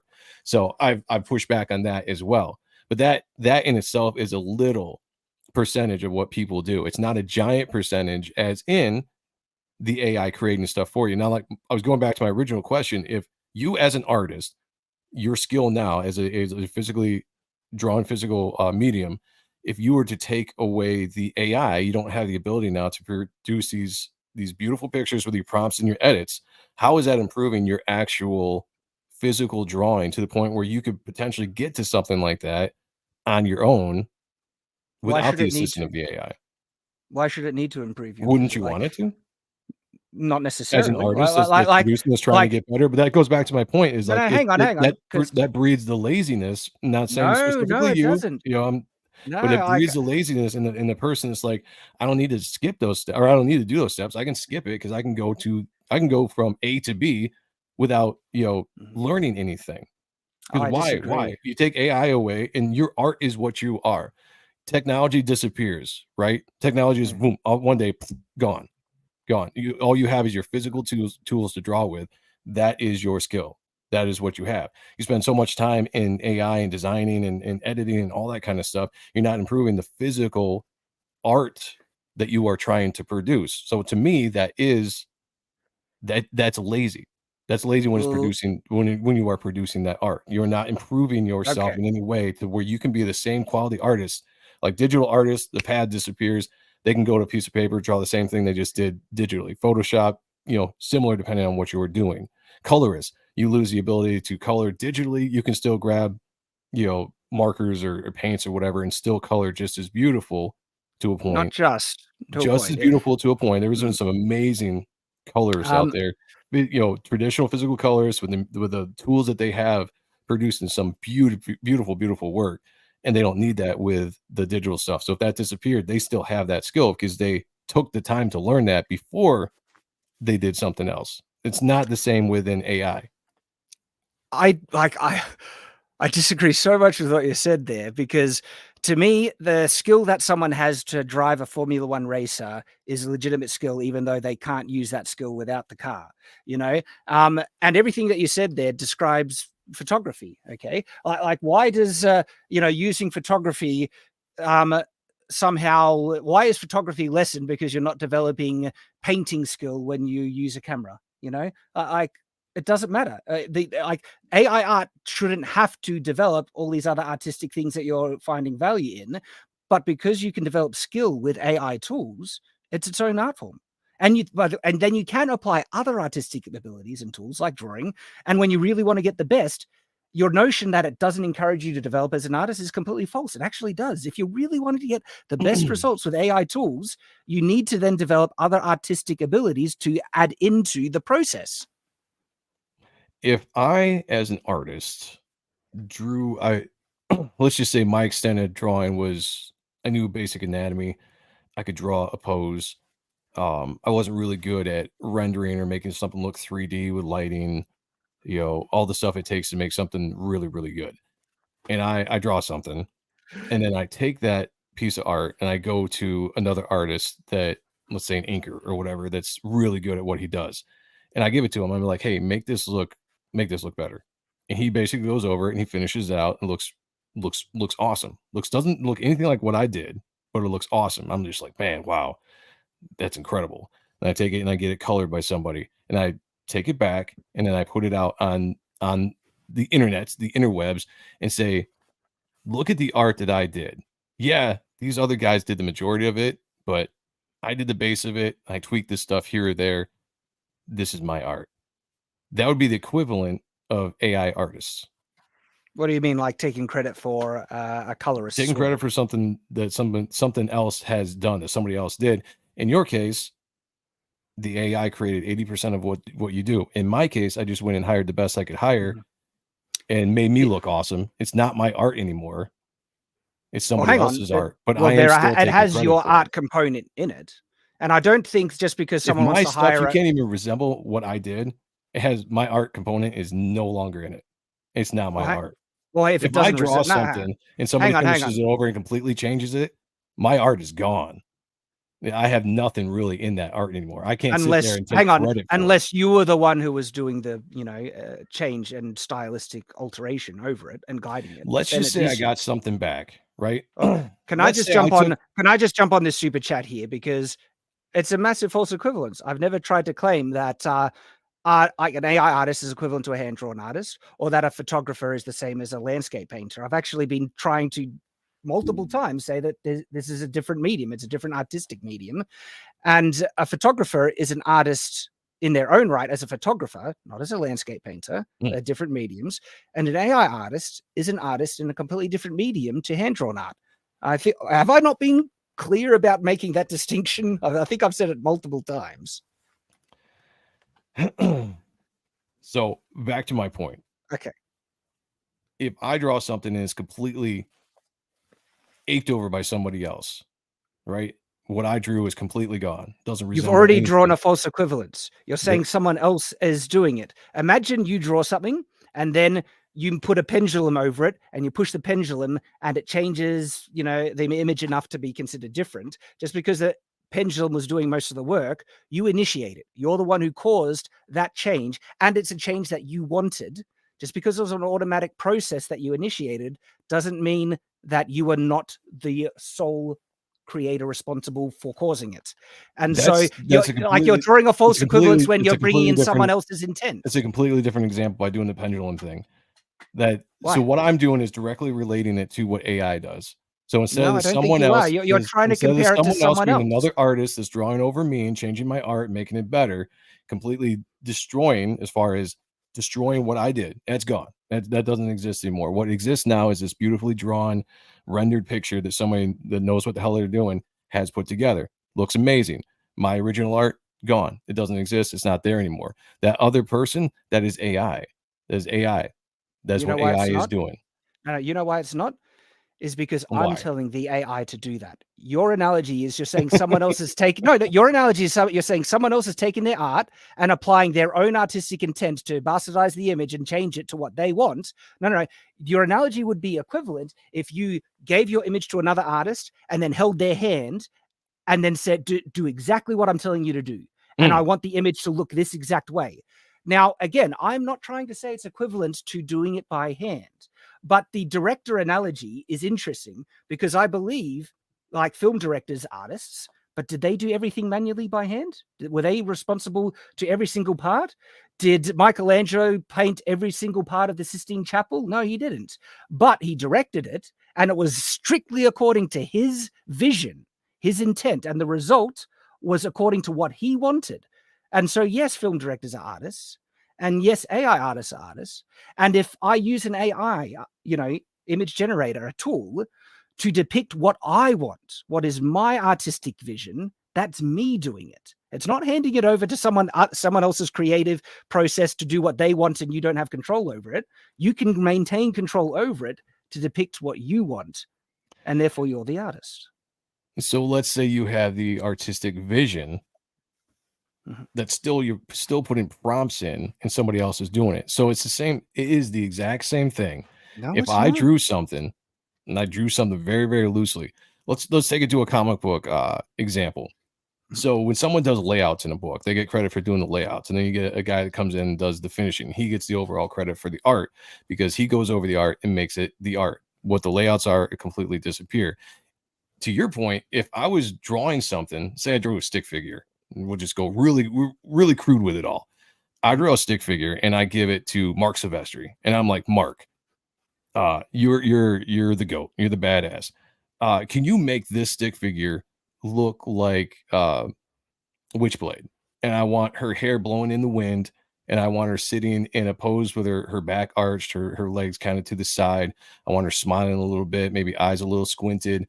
I want a really cool background. Give me a darkness background. Throw Jackie in there, by the way, and make this a darkness Witchblade piece. And he goes and takes that stick figure, comes back with this beautifully drawn rendered piece. And then I take that. I'm like, thanks, Mark. That's badass. Appreciate it. And I throw it up online and be like, guys, look what I did. Look at my art, because my art is still in there, right? That stick figure is still in there.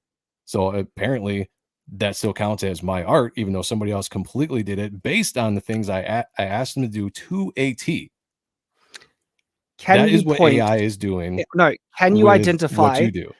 Can you identify the other artist that did the work for me with an AI generator? Say it one more time. Can you identify the artist that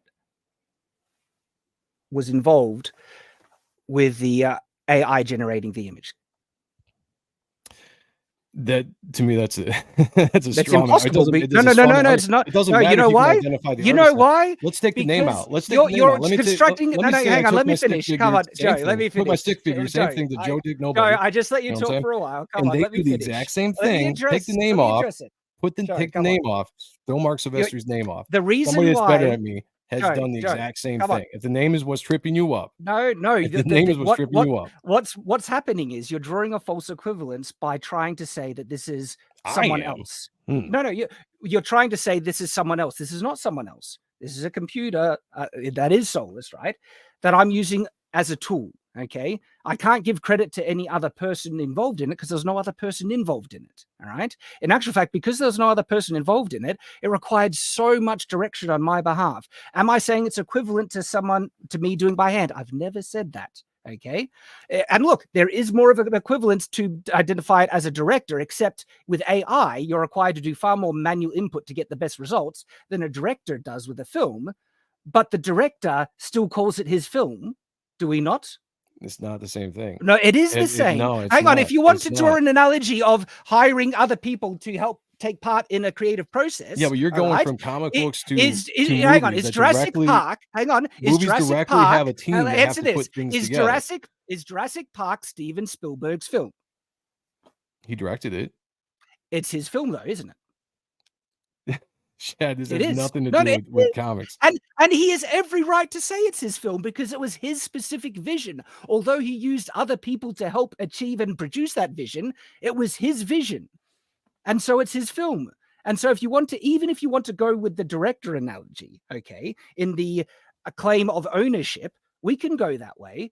And there's exact equivalence with a director. And it is his film because it is his artistic vision that he ensured was depicted through his direction. But with AI art, it actually involves no other people and oftentimes a lot of manual input on your behalf. It is not an equivalent of someone doing it by hand, but it is a new art form. And because it is their artistic vision and they're in control of it throughout the whole thing, just like Jurassic Park is still Steven Spielberg's film and he can claim ownership over it, same with people making AI art. Okay, I feel like you're taking a big leap from going from comic books to try to make it the equivalent of making a movie. And I think that's the thing that everybody that tries to defend AI art in any form does. They go to like the biggest, widest example that they think makes sense, and it doesn't. You're avoiding what my analogy was. Because it's a false analogy. I don't see. I can see what you're trying to. It's directly related to what AI. Well, then how does. can you not All see you're how doing the is director replacing is my an analogy? person with AI? That's Well, all no. it is. You know why? Because you're then trying to render down the process of creating AI art with just text to prompt, where it's an instant thing, where it doesn't apply. Your analogy doesn't apply when it requires so much manual input from myself. And it doesn't apply because it's actually not another human that can claim ownership over the image. Like, can you understand that aspect? There's no other human that can claim ownership over the image. Therefore, the only person that has any right to claim ownership is the only person that actually had an actual involvement in the process of its creation. Therefore, if we were to try and say who can claim ownership of something, even in just like discovering gold or something like that, right? Because there's no previous claim by another person on it, you own it now, okay? Because same with AI, right? There's no other person that can claim ownership over this specific image. And therefore, the only person that has any right to claim that it's theirs and they create it is the only person that had any level of input in its creation. That's why your analogy doesn't work, because it doesn't involve another person. If it did involve another person, then just like with the colorist, I can't say I made it because I was the one telling the computer, I need you to color, and then I'm coloring this way and do all this input and everything like that. And there's no one else who is the sole person responsible for this image's creation. It's the person that triggered the process of its creation. They're the creator. All right, let me give you another analogy. Okay. Since the other person was tripping you up. If I drew something, we'll go with a stick figure again, except this time a little bit more detailed. Maybe I draw some boobs on it because I like boobies. I draw the stick figure with boobies. I put it out there, and then I take my nib, my quill, and my ink. I take my ruler, and I set them down right next to this, and I say, "Generate this picture for me. Finish it out for me." And then they do magically. We'll say magic exists in my world. And they finish out the picture and it's all said and done. I see something on it. I'm like, I'm going to tweak this. I white out this little area and then I add a little line there and I hold it up. I'm like, hey guys, look what I did. That's AI art. If you had the magic was coming from you. The magic is AI. Yeah. But you're in control of the AI. So you're in control of the magic. You get see what I'm going there with that? No, I don't. No, hang on. When you use an AI art generator, who's in control of it? The person using it. No, what you did Yes. is type words. You didn't control No, anything. that's how you control it, through words, of course.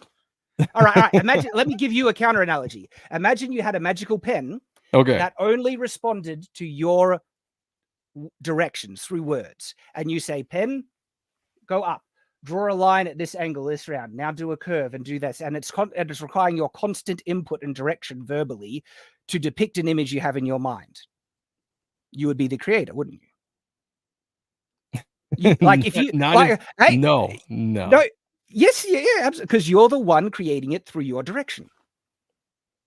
And Okay, let's go. It seems like we're just not gonna, like, we have vastly different perspectives on that this point specifically, and I don't think we're gonna change each other's mind. But I do think we've expressed our points of view accurately enough. Yeah, definitely have. Let's jump into some super chats here. I know a bunch of people have some questions. That was fun. We're talking 199. We're talking comics. I know we keep jumping from other examples. John for another $10. Director calls it this film, but the studios stamped their names at the very start. Where's the artist names that trained the program? So hang on, couple of things in the terms of the studio. go Not for it. always. It depends on the initial contract that's set up as to who owns the actual intellectual property of the film. I think in a lot of instances, directors still own intellectual property of the core IP of the film. And so anyway, that depends. Where's the artist's names that trains the program? The artist didn't train the program at all. The images we use to train it, okay, but the actual training happened from the programmers themselves that developed the technology.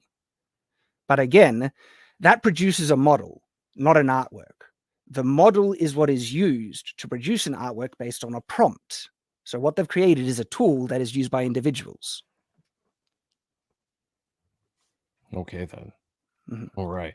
John for is this the same one? This is the same one. Am I going back here? Holy shit, you sent 2 of these? Damn, dude. That's crazy. Anyway, said serious question. Would you still have zero sympathy for creators / artists skill once AI is able to brush to Hang on, push what are you talking about? Jazza out of the Sympathy? market? Love Jazza. I'm not sure what Jazza is. Thought of He's AI. my brother. Oh, okay. All right. Yeah, he has one of the larger art channels on YouTube. Okay, gotcha. All right. I knew your brother was an artist. I didn't know his name was Jazza. Sorry about that. Thought of AI flooding the medium and pushing him to the bottom of the algorithm where he can't earn a living doing what he loves makes me sad. That's an interesting question. I didn't really know too much about that, but what do you think? It's not going to push him out. Just like you're not afraid of AI taking your job, the best artists are still going to be on top. And to think that AI is going to replace everyone is a misunderstanding of the technology. And I think your misunderstanding of using AI to produce graphic novels, because holy crap, the amount of work that it will require to make a good graphic novel with AI is going to require as many people working on it than in the traditional medium. There's no net loss of employment as a result of that. In fact, it's going to be creating a new industry based on this technology, and because it opens up accessibility for basically anyone in the world to make incredible art. All right, they still will need to learn skills to make the best stuff. We'll actually get I feel a net benefit out of this technology, with more people being able to make incredible things. It's still going to require effort and work, trust me, especially on the graphic novel front. Well, if it's going to take just as much effort, why not just do it the traditional way then? Can I make it the traditional way? Sure, if it takes as much effort. No, myself individually. You just said it was going to take a bunch of people. Yeah. But right, one, I really like the look of AI art, and 2, it'll be interesting how fast it'll be. It might be faster. It depends. But for both reasons, like one of the reasons I want to do it is actually test the viability of how difficult it is and show people the process. But I also love the look of AI art. I legitimately think it looks awesome, and I would love to have a graphic novel that has such high quality. Because one of the things that blows me away with AI art generation is specifically the gradient in coloring, and that's one of the limitations I find with interior comic book art, because there's a big difference in quality usually from cover art to interior art on comic books.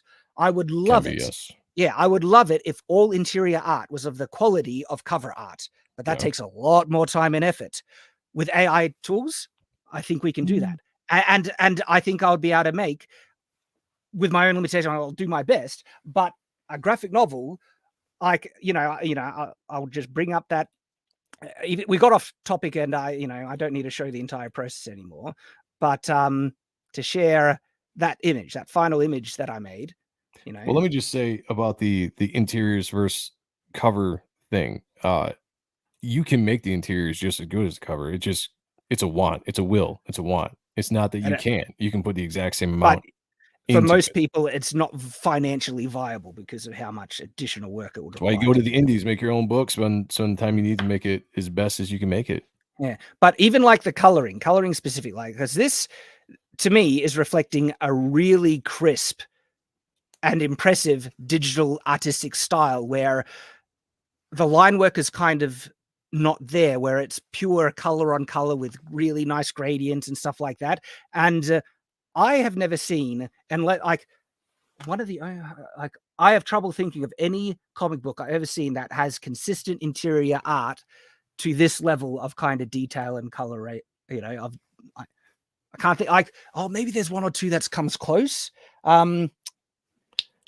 He's the artist that did I forget his name now, but he did like one of the Aphrodite comic books. I think I might have it on here. With David Finch? Yeah, no, the one that did this. I got this because the artwork was so incredible. So come on close. And the art is Stephen Sejic, I think his name is. Oh, yeah. Yeah, but like, he's got a painterly style. Dude, that is just incredible. So there are some examples. Painterly style of art, right? With that, you don't see a wave. You don't see a lot of graphic novels like that with interior art like that, do we? No. And I would love to. That's one of the things that I want to try out. See if I could produce a graphic novel with art that has like interior art, like the equivalent of what we're seeing right there. Okay, here's the difference though between that. So that is very nice. Whatever he does, their digitally painted style that he does, but there is still dynamics because he is actually drawing it. So the thing I would worry about and push back on the graphic novel when you're, let's just say this is the quality of what you're going to produce in the graphic novel, just for shits and giggles. The dynamics, they're going to be different between what that dude does and what the AI does is going to be night and different. Because the guy knows how to draw, he knows how to pose, he knows how to sequentially tell a story through each and every panel, through all the entire book. There's dynamics there. Yeah, I agree. That's why we would need a person to do that. Like part of making, right. So why not just have the person do it then? Because few people can make art to that level right there. But there's a lot of talented comic book artists that know how to pace, how to make the panels.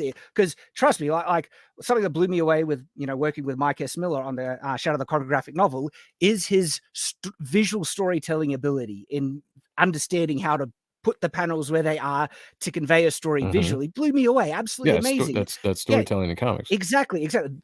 Like AI can't duplicate that. That's one of its massive limitations. So to make a graphic novel of the best quality possible, as I've been saying, this has been my message from the very beginning. It requires additional artistic ability in other mediums that you need to combine with it. It's a tool through a process. The AI will never be able to do that by itself. To do it, I will need a human artist to draw out every panel, every scene, every pose and background as a base, in the same way that my initial drawing for this image was the foundation to this pose.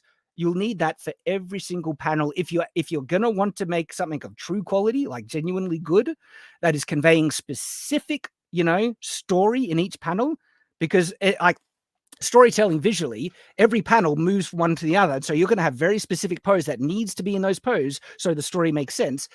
And to achieve that, you need to do that manually. The AI just is incapable of doing that, and it'll be incapable of doing that for a very long time. This is why I've been saying, artists, you don't need to be afraid of AI replacing you, because to make the best stuff, you're needed. In actual fact, you artists are the people who will be able to make the very best AI art flat, hands down. I would venture to say most real artists don't want to make AI art because again, I'll go back to the earlier topic. I'm an artist. I have an ego. I want you to look at my art and I want to say I did that from start to finish. That's all me. That's What do you my ego consider a shining real through. artist? A real artist, someone that does something by hand from beginning So, to end, from beginning to end.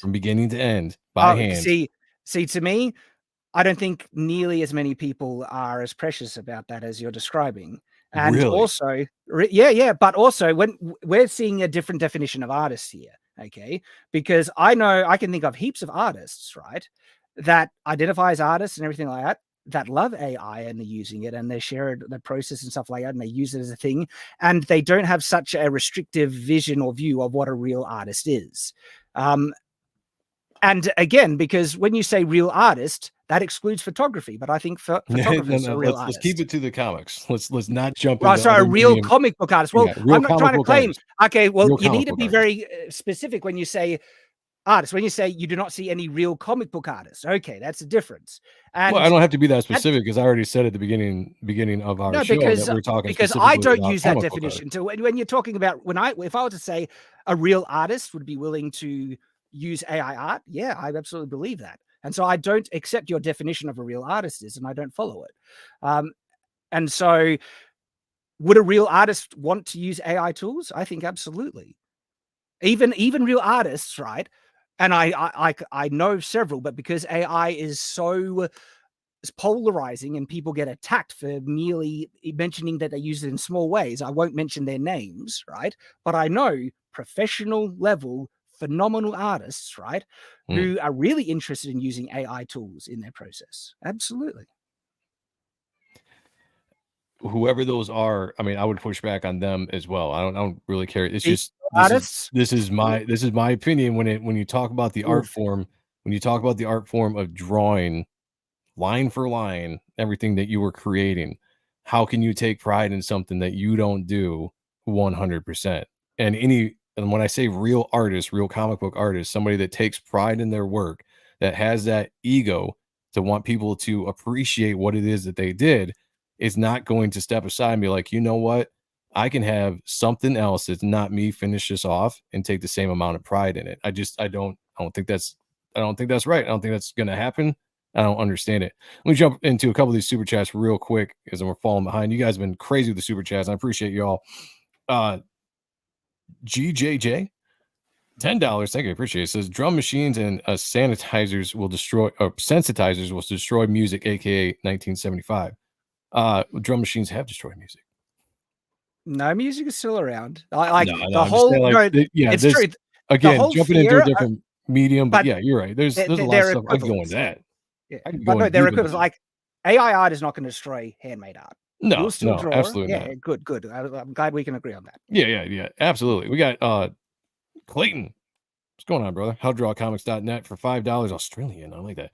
Question for Shad. What does it take to become a master AI prompter? What are the hallmark good prompting? How do you develop that skill? It's tricky because it's different between each model. Each model has been trained to, I guess, accept different word inputs. And so when you change to a new model, it's actually another learning curve. You got to figure out, okay, how does this model respond to prompts? Does it understand more sentence construction or specific things?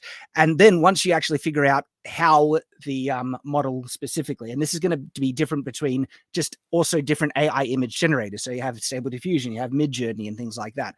And there are more recent ones. I think, was it Bing had a recent one that is a really easy prompting AI generator. And so it doesn't take too much of a learning curve to get what looks to be good results, but to get specific results, that's really hard. And so once you learn how the model responds to prompts, then it's all a matter of tweaking and weighting and prompt order and all these things.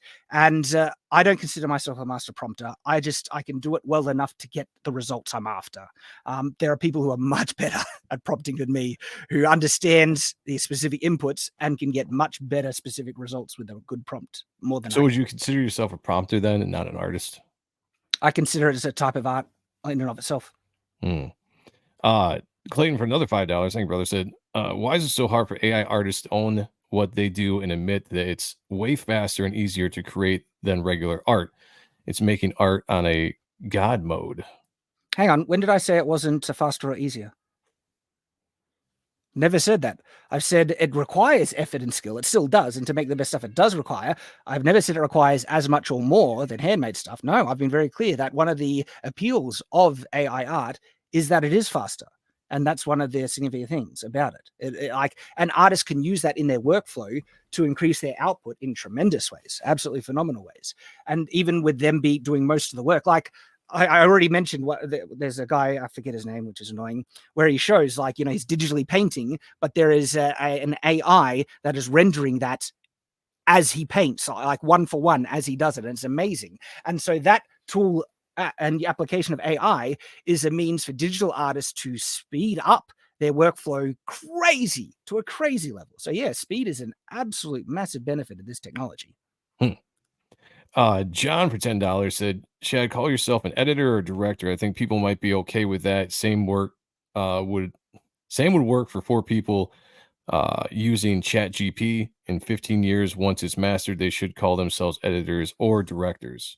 Well, we've kind of discussed that. I actually think directors are artists.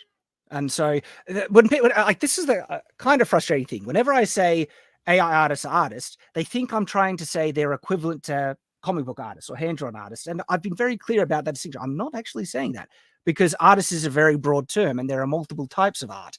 And this is just a new medium of art. And so, yeah, they're artists. They're not equivalent to hand-drawn artists, but it's a different medium. They are AI artists with, a different medium entirely, a different tool set. And just like a director is an artist, AI art requires more direction, more hand-drawn manual input than an actual film director, that people don't seem to want to acknowledge. Kayla for $4.99. This feeds my ego, so I appreciate it. So Joe is a real comic book artist who works extremely hard and produces quality stuff by hand, constantly improving due to the time and effort he invests. I think that was one of the things I was going back earlier and talking about with improving. Like, how does somebody actually improve physically drawing art when you're focusing so much time on AI? If you lost the ability to use the AI, would you be the same kind of quality artist in quote unquote real life? I guess. We already kind of touched on that, but just reiterating it. Ryan says, why does Ezra Miller have a Buster sword? It's actually not a Buster sword. It's called a Titan sword, and it can actually extend and expand to this giant version of it. Designed it in 3D. I think it's really cool, and so I can't wait to depict it. But these side bits here, they extend off and then it expands. And so yeah, I wasn't going for Ezra Miller though. I don't know. Paul, $5 said, how are you going to become a talented writer when every half-baked idea you had as a kid, you just generate and move on? I think that was from earlier when we were talking about the writing. Yeah. If you actually want a quality result, you need to learn how to write to be able to tell what it's being generated is good or not. We're a long way off, by the way, these chat models spitting out entire novels. They have a limit on understanding context, and I think we're reaching like 100,000 words, but that's only on like really advanced models and stuff. And so I think it'll get there. The technology is getting to a point, but then you need to know how to write to actually see the errors and what's good and what's bad and what the AI spits out.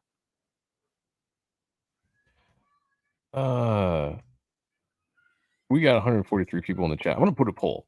I'm just going to put AI, yes or no. I'm interested in the demographic we have here. I'm not sure it's going to be a representative sample size. Let's just see. And plus, I like polls. Okay. So AI, yes or no. Let's see how. I just want to see. I don't want to see. JBot art. Where'd that go? There we go. JBot art for $5. Appreciate it, brother. Said, I don't buy it. You use AI art to make art above your skill level and then say, look what I made. Are you ashamed of your natural art ability? You think about that? I'm proud of my own natural ability. I am a hand-drawn artist, and I've drawn heaps throughout my entire life, and I still enjoy doing it. And the fact that I can actually use it with AI tools to get even better results, that thrills me. But doesn't mean I'm not progressing as a hand-drawn artist still. I'm still drawing. But it's a new medium, and I love using it. All right, then. Corey Barton for $2 said, Google AI art copyright laws. It ain't your art. Oh, you What do need you to think do more about than that? just a Google. I've done a whole video. If you go to Shad AI, I have done a video explaining in very specific ways how you can actually have full copyright over your AI art images. And it's already moving that way in the courts, by the way, and it's only getting stronger. But one of the things that a lot of people don't realize is derivative works under intellectual property. Hypothetically, and this isn't going to be the case, but hypothetically, AI images can't be copyrighted. That's not going to be the case, but even if they were, right? If you own an intellectual property, you have the sole right to produce and distribute derivative images of that intellectual property. And so the example here is my character Dalen from my novel, Shadow of the Conqueror. A derivative image of him is very clear. He has a very specific design and everything. And even if the AI image can't be copyrighted, I can only distribute that. I'm the only one who has the right to distribute that derivative work and sell it. And so if anyone tried to steal that AI image of my copyright protected character, they would breach my intellectual copyright IP by distributing it or trying to sell it. And so under intellectual property IP, you can actually have full copyright protection over AI works. When I say full, under the intellectual property, because that's the thing that's protecting it. But that is only if already AI images are being acknowledged having copyright with significant human input. I've shown significant human input with a lot of my images. The US Copyright Office does not grant copyright. They register it. And that's what enables it to be able to go to court. But copyright is actually inherently given on any artwork's creation. And it's currently going through the courts to legitimize it and make that more solid. Just because the US Copyright Office denied registration doesn't mean they don't have copyright. And by the way, other countries are not under the jurisdiction of the US Copyright Office. In Australia, we don't have that. Every artwork that is created automatically has automatic copyright by the creator. And I could take someone in the US to court to protect my intellectual property and also my copyright protected images in the US, even when it's not registered in the US. And so there's a lot of misunderstandings about AI art and copyright. I have a dedicated video going deeper into this. And already, and here's the big thing. If you think AI works can't be copyrighted, go ahead and plagiarize Marvel's Secret Invasion intro, the TV series Secret Invasion that was made with AI tools. Plagiarize that and see how far you get. I have a feeling that Disney is going to impose their copyright protection on that. And so there's a lot of false assumptions about AI art, images, and copyright. Roy brings up an interesting point here. So everyone starts slapping heavy watermarks on your art. There have been examples of AI art that have come through that have a watermark on it because they pulled from something that was not pulled. Remember how an AI image learns what a cat looks like by looking at heaps of images of cats? So it's just not because the watermark on there? Because it thinks a watermark looking thing is in, by the way, that's mostly being removed from nearly every AI model at the moment. That was just an anomaly and an error in the learning process and the training of these models that's old news now.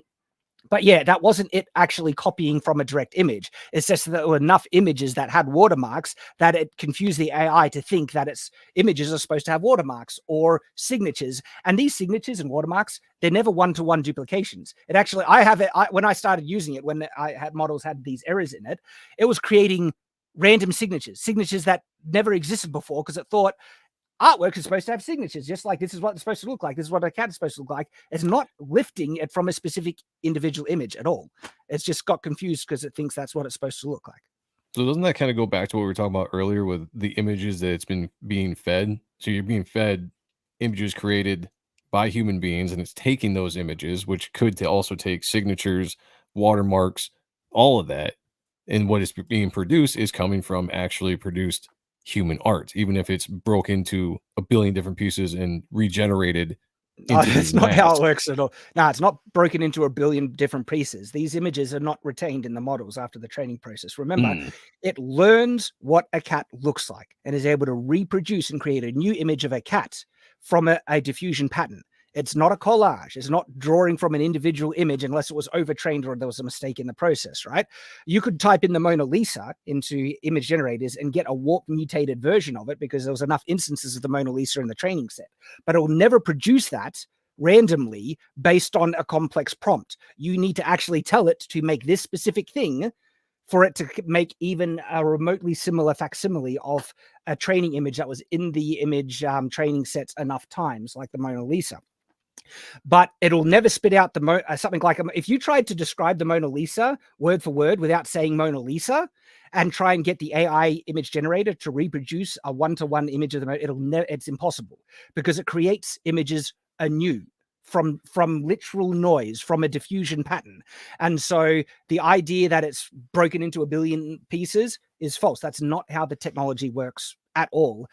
And the only reason why it had watermarks and signatures in it is because it actually believed that's what's supposed to be in the image. And so it created a brand new watermark and a brand new signature when it created the image from static noise, from scratch. The Metal Pig. I like that name. That's cool. It says a cat is a poor example because a cat exists. What about fantasy, etc.? How does AI learn how to make a dragon? It looks at other people's art of dragons. Yeah. Of course it does. But it creates a new image of a dragon. It doesn't take a one-for-one copy and plagiarize it. So when you take these skins, on your video, the Supergirl video, which again, you guys get a chance, go watch it. And you actually see the process of how he does it. You have a sampler, right, that you bring up. Explain that, because there's already like generated skins. It's like in that particular picture.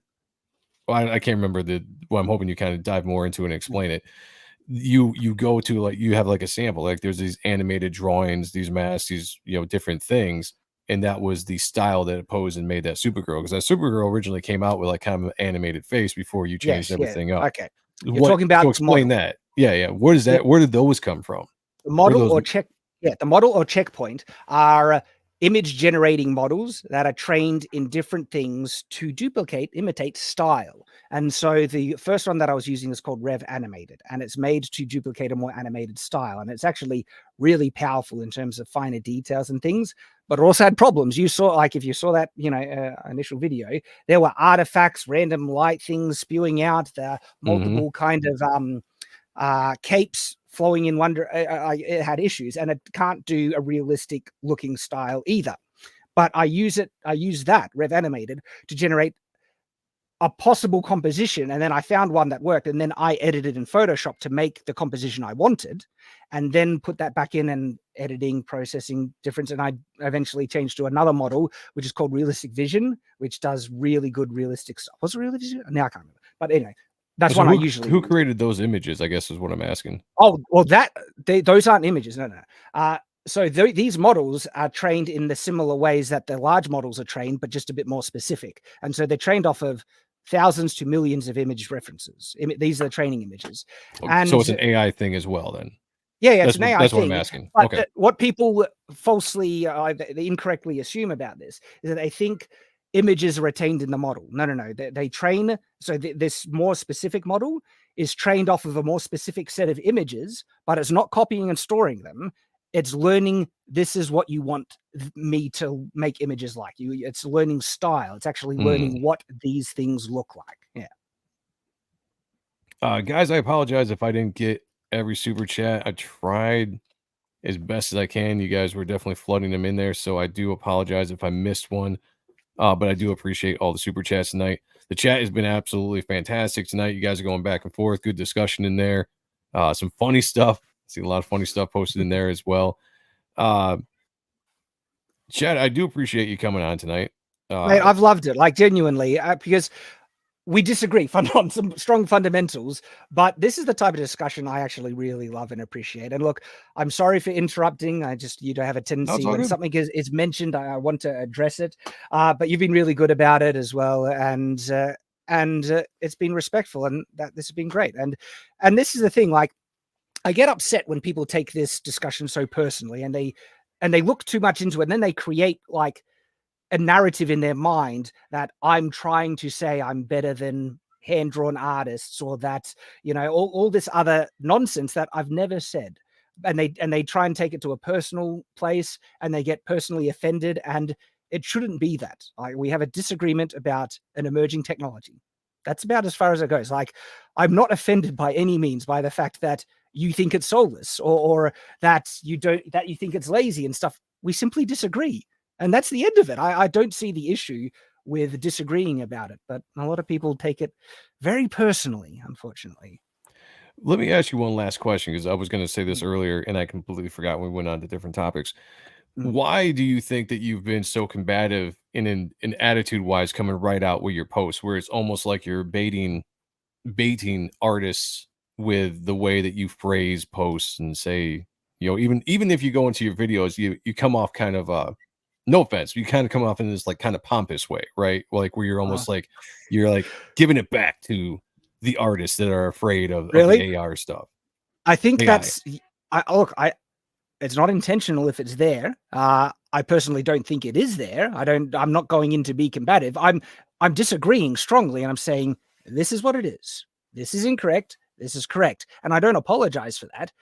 But if people thinking I'm being particularly combative in that, I would say, have you seen my content before? This is the exact way that I have conducted myself throughout the beginning of my career. I'm not behaving any differently when I'm addressing things that I feel being misconception. By the way, if you want to see me what I'm purposefully trying to trigger people, have a look at some of my nunchuck videos, where that's when I'm trolling, and you'll see a distinct difference in my tone and tenor with the nunchucks versus the AI art thing.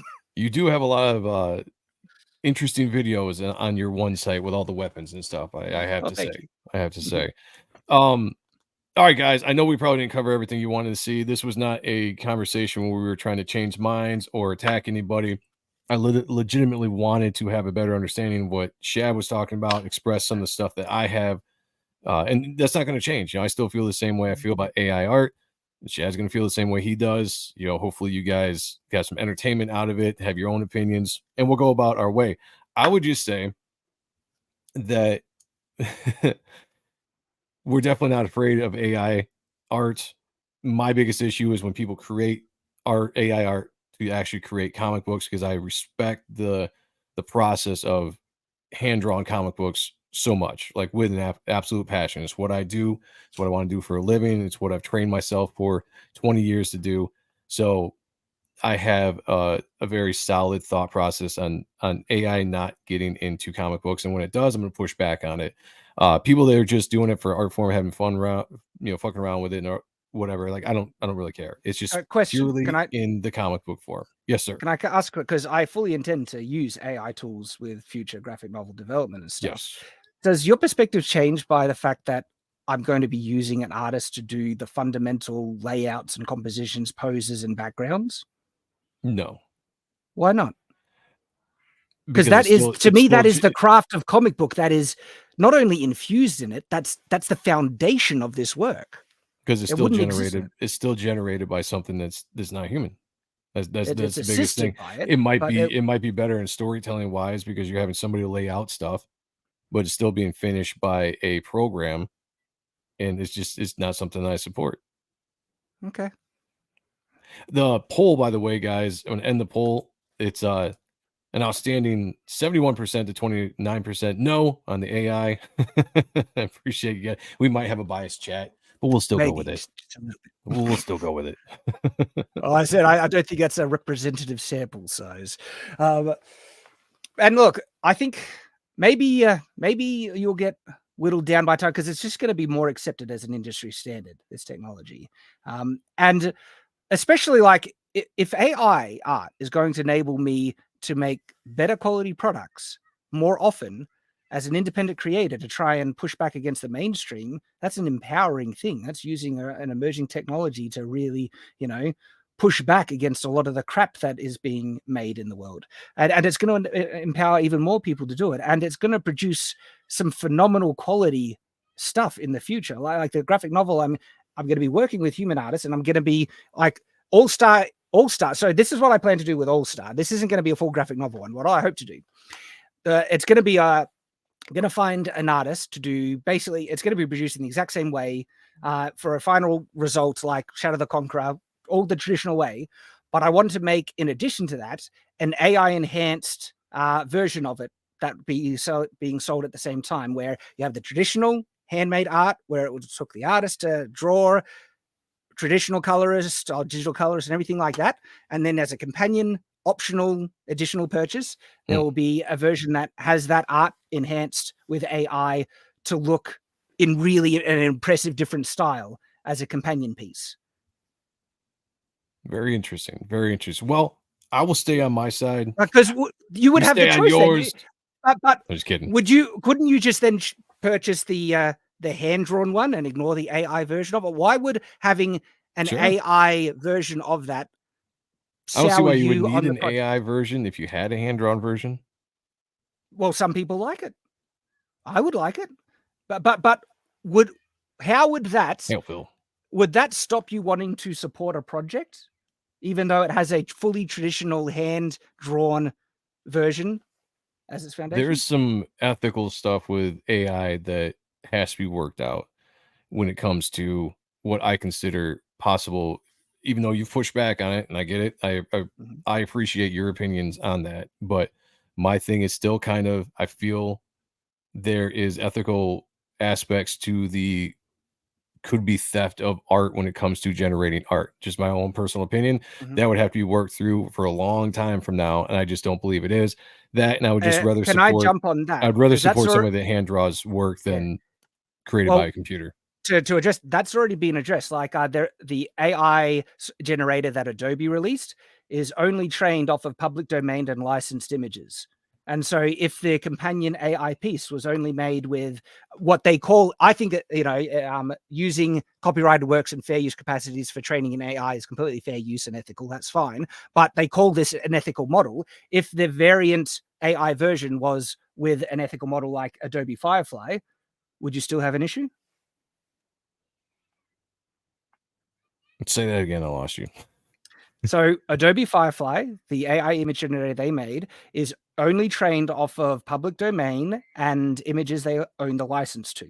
Okay, to address any potential objection people have with the ethics of training off of copyrighted works. Okay, even though I disagree with it being unethical, for a safety net, there are models that are completely open source and licensed works. Okay. And so if the AI version of the graphic novel was only done with like Adobe Firefly or the so-called AI things, you don't have to buy it. Would you still purchase the handmade version of it that was done by a human artist? Like would having an AI version of it sour you on the project still?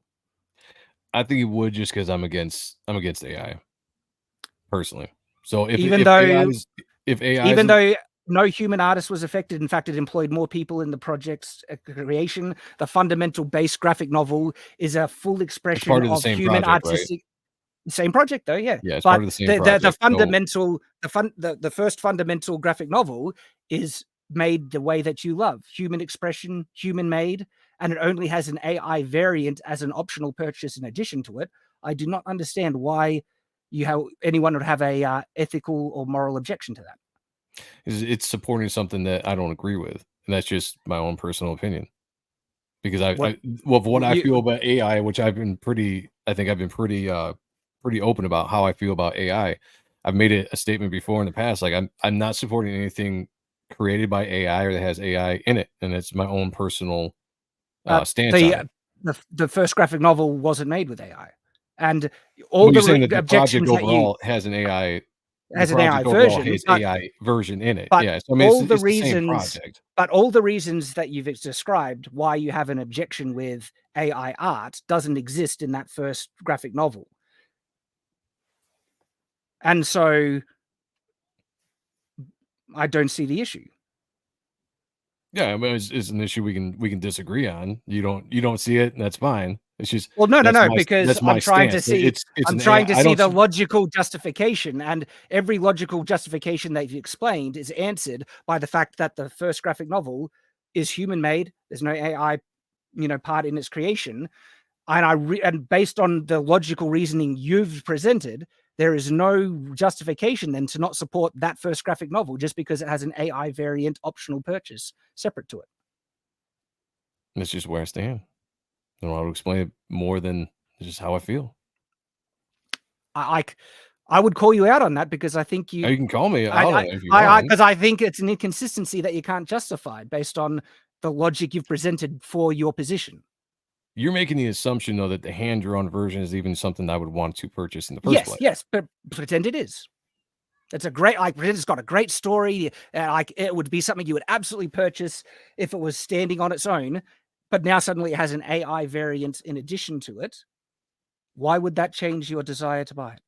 It would change my desire to buy because I am against the But the creation reasons, of AI within comic book art. And I but the explained that reason, earlier. I explained that but earlier. that's addressed. I've like all the reasons you gave. Yeah, is but why would answered.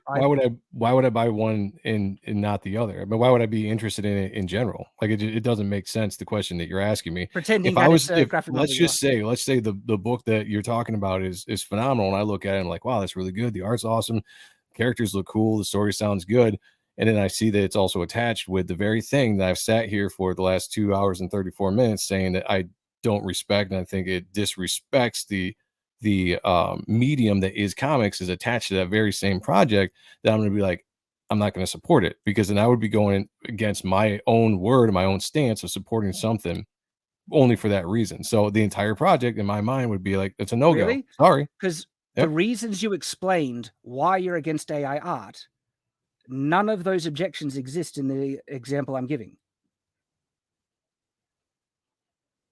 All your objections sure about all your objections of why you're against AI art, the human component, the It still doesn't expression, the change way the that fact it's that there's an made. AI art attached to it. But all So your objections indirectly, I would be supporting doesn't that exist AI with this. book by buying the first book, because it's the same project. So I'm still indirectly supporting that AI book, the very same thing that I'm saying that I would But not you're support. not necessarily. That's how that You're supporting the traditional creation of graphic novels in the way that they've always been made, because that's how this was made.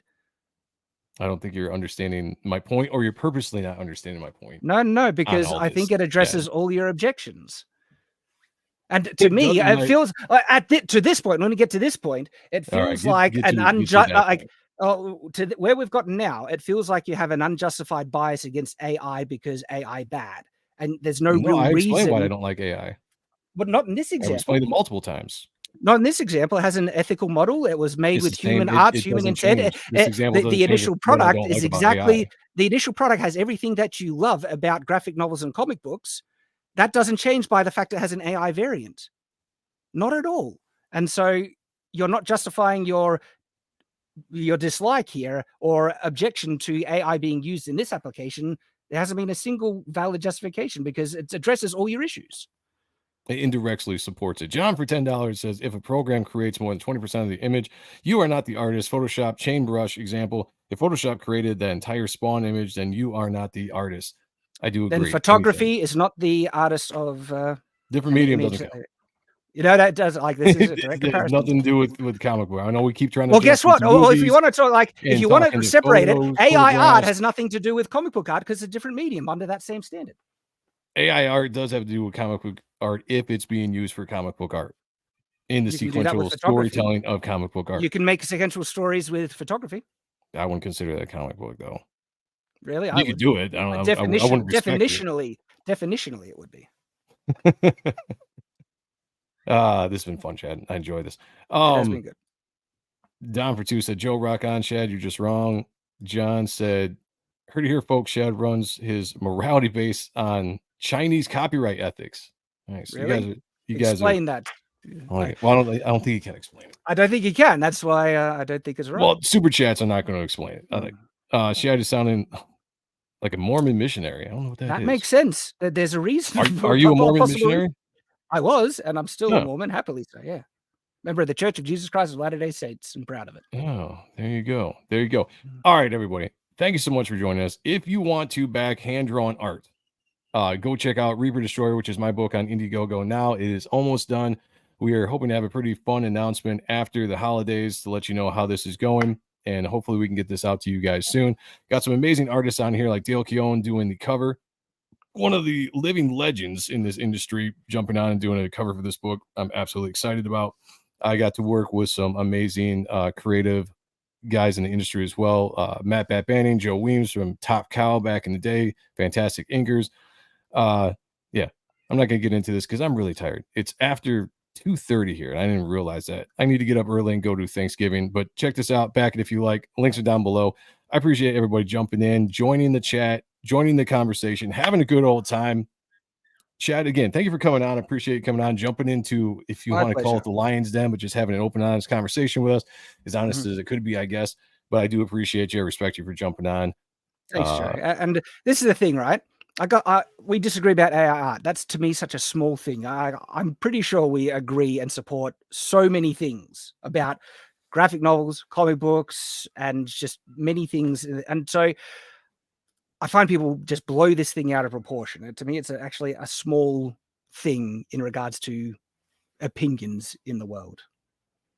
Yeah, it's disagreements, and that's fine. That's what we do with here. All right, everybody, have a fantastic Thanksgiving. Hang out with friends, hang out with family, be thankful for a lot of things in life. Take care of one another, be good to each other. Shad, is there anything that you would like to plug? You are my guest on the show. Is there anything you would like to plug before we get out of here? Trying to think. I've got a new YouTube channel called Shad AI, where you can see some of my discussions about AI stuff. If that's not your thing, I make pop culture criticism and review stuff on a channel called Night's Watch.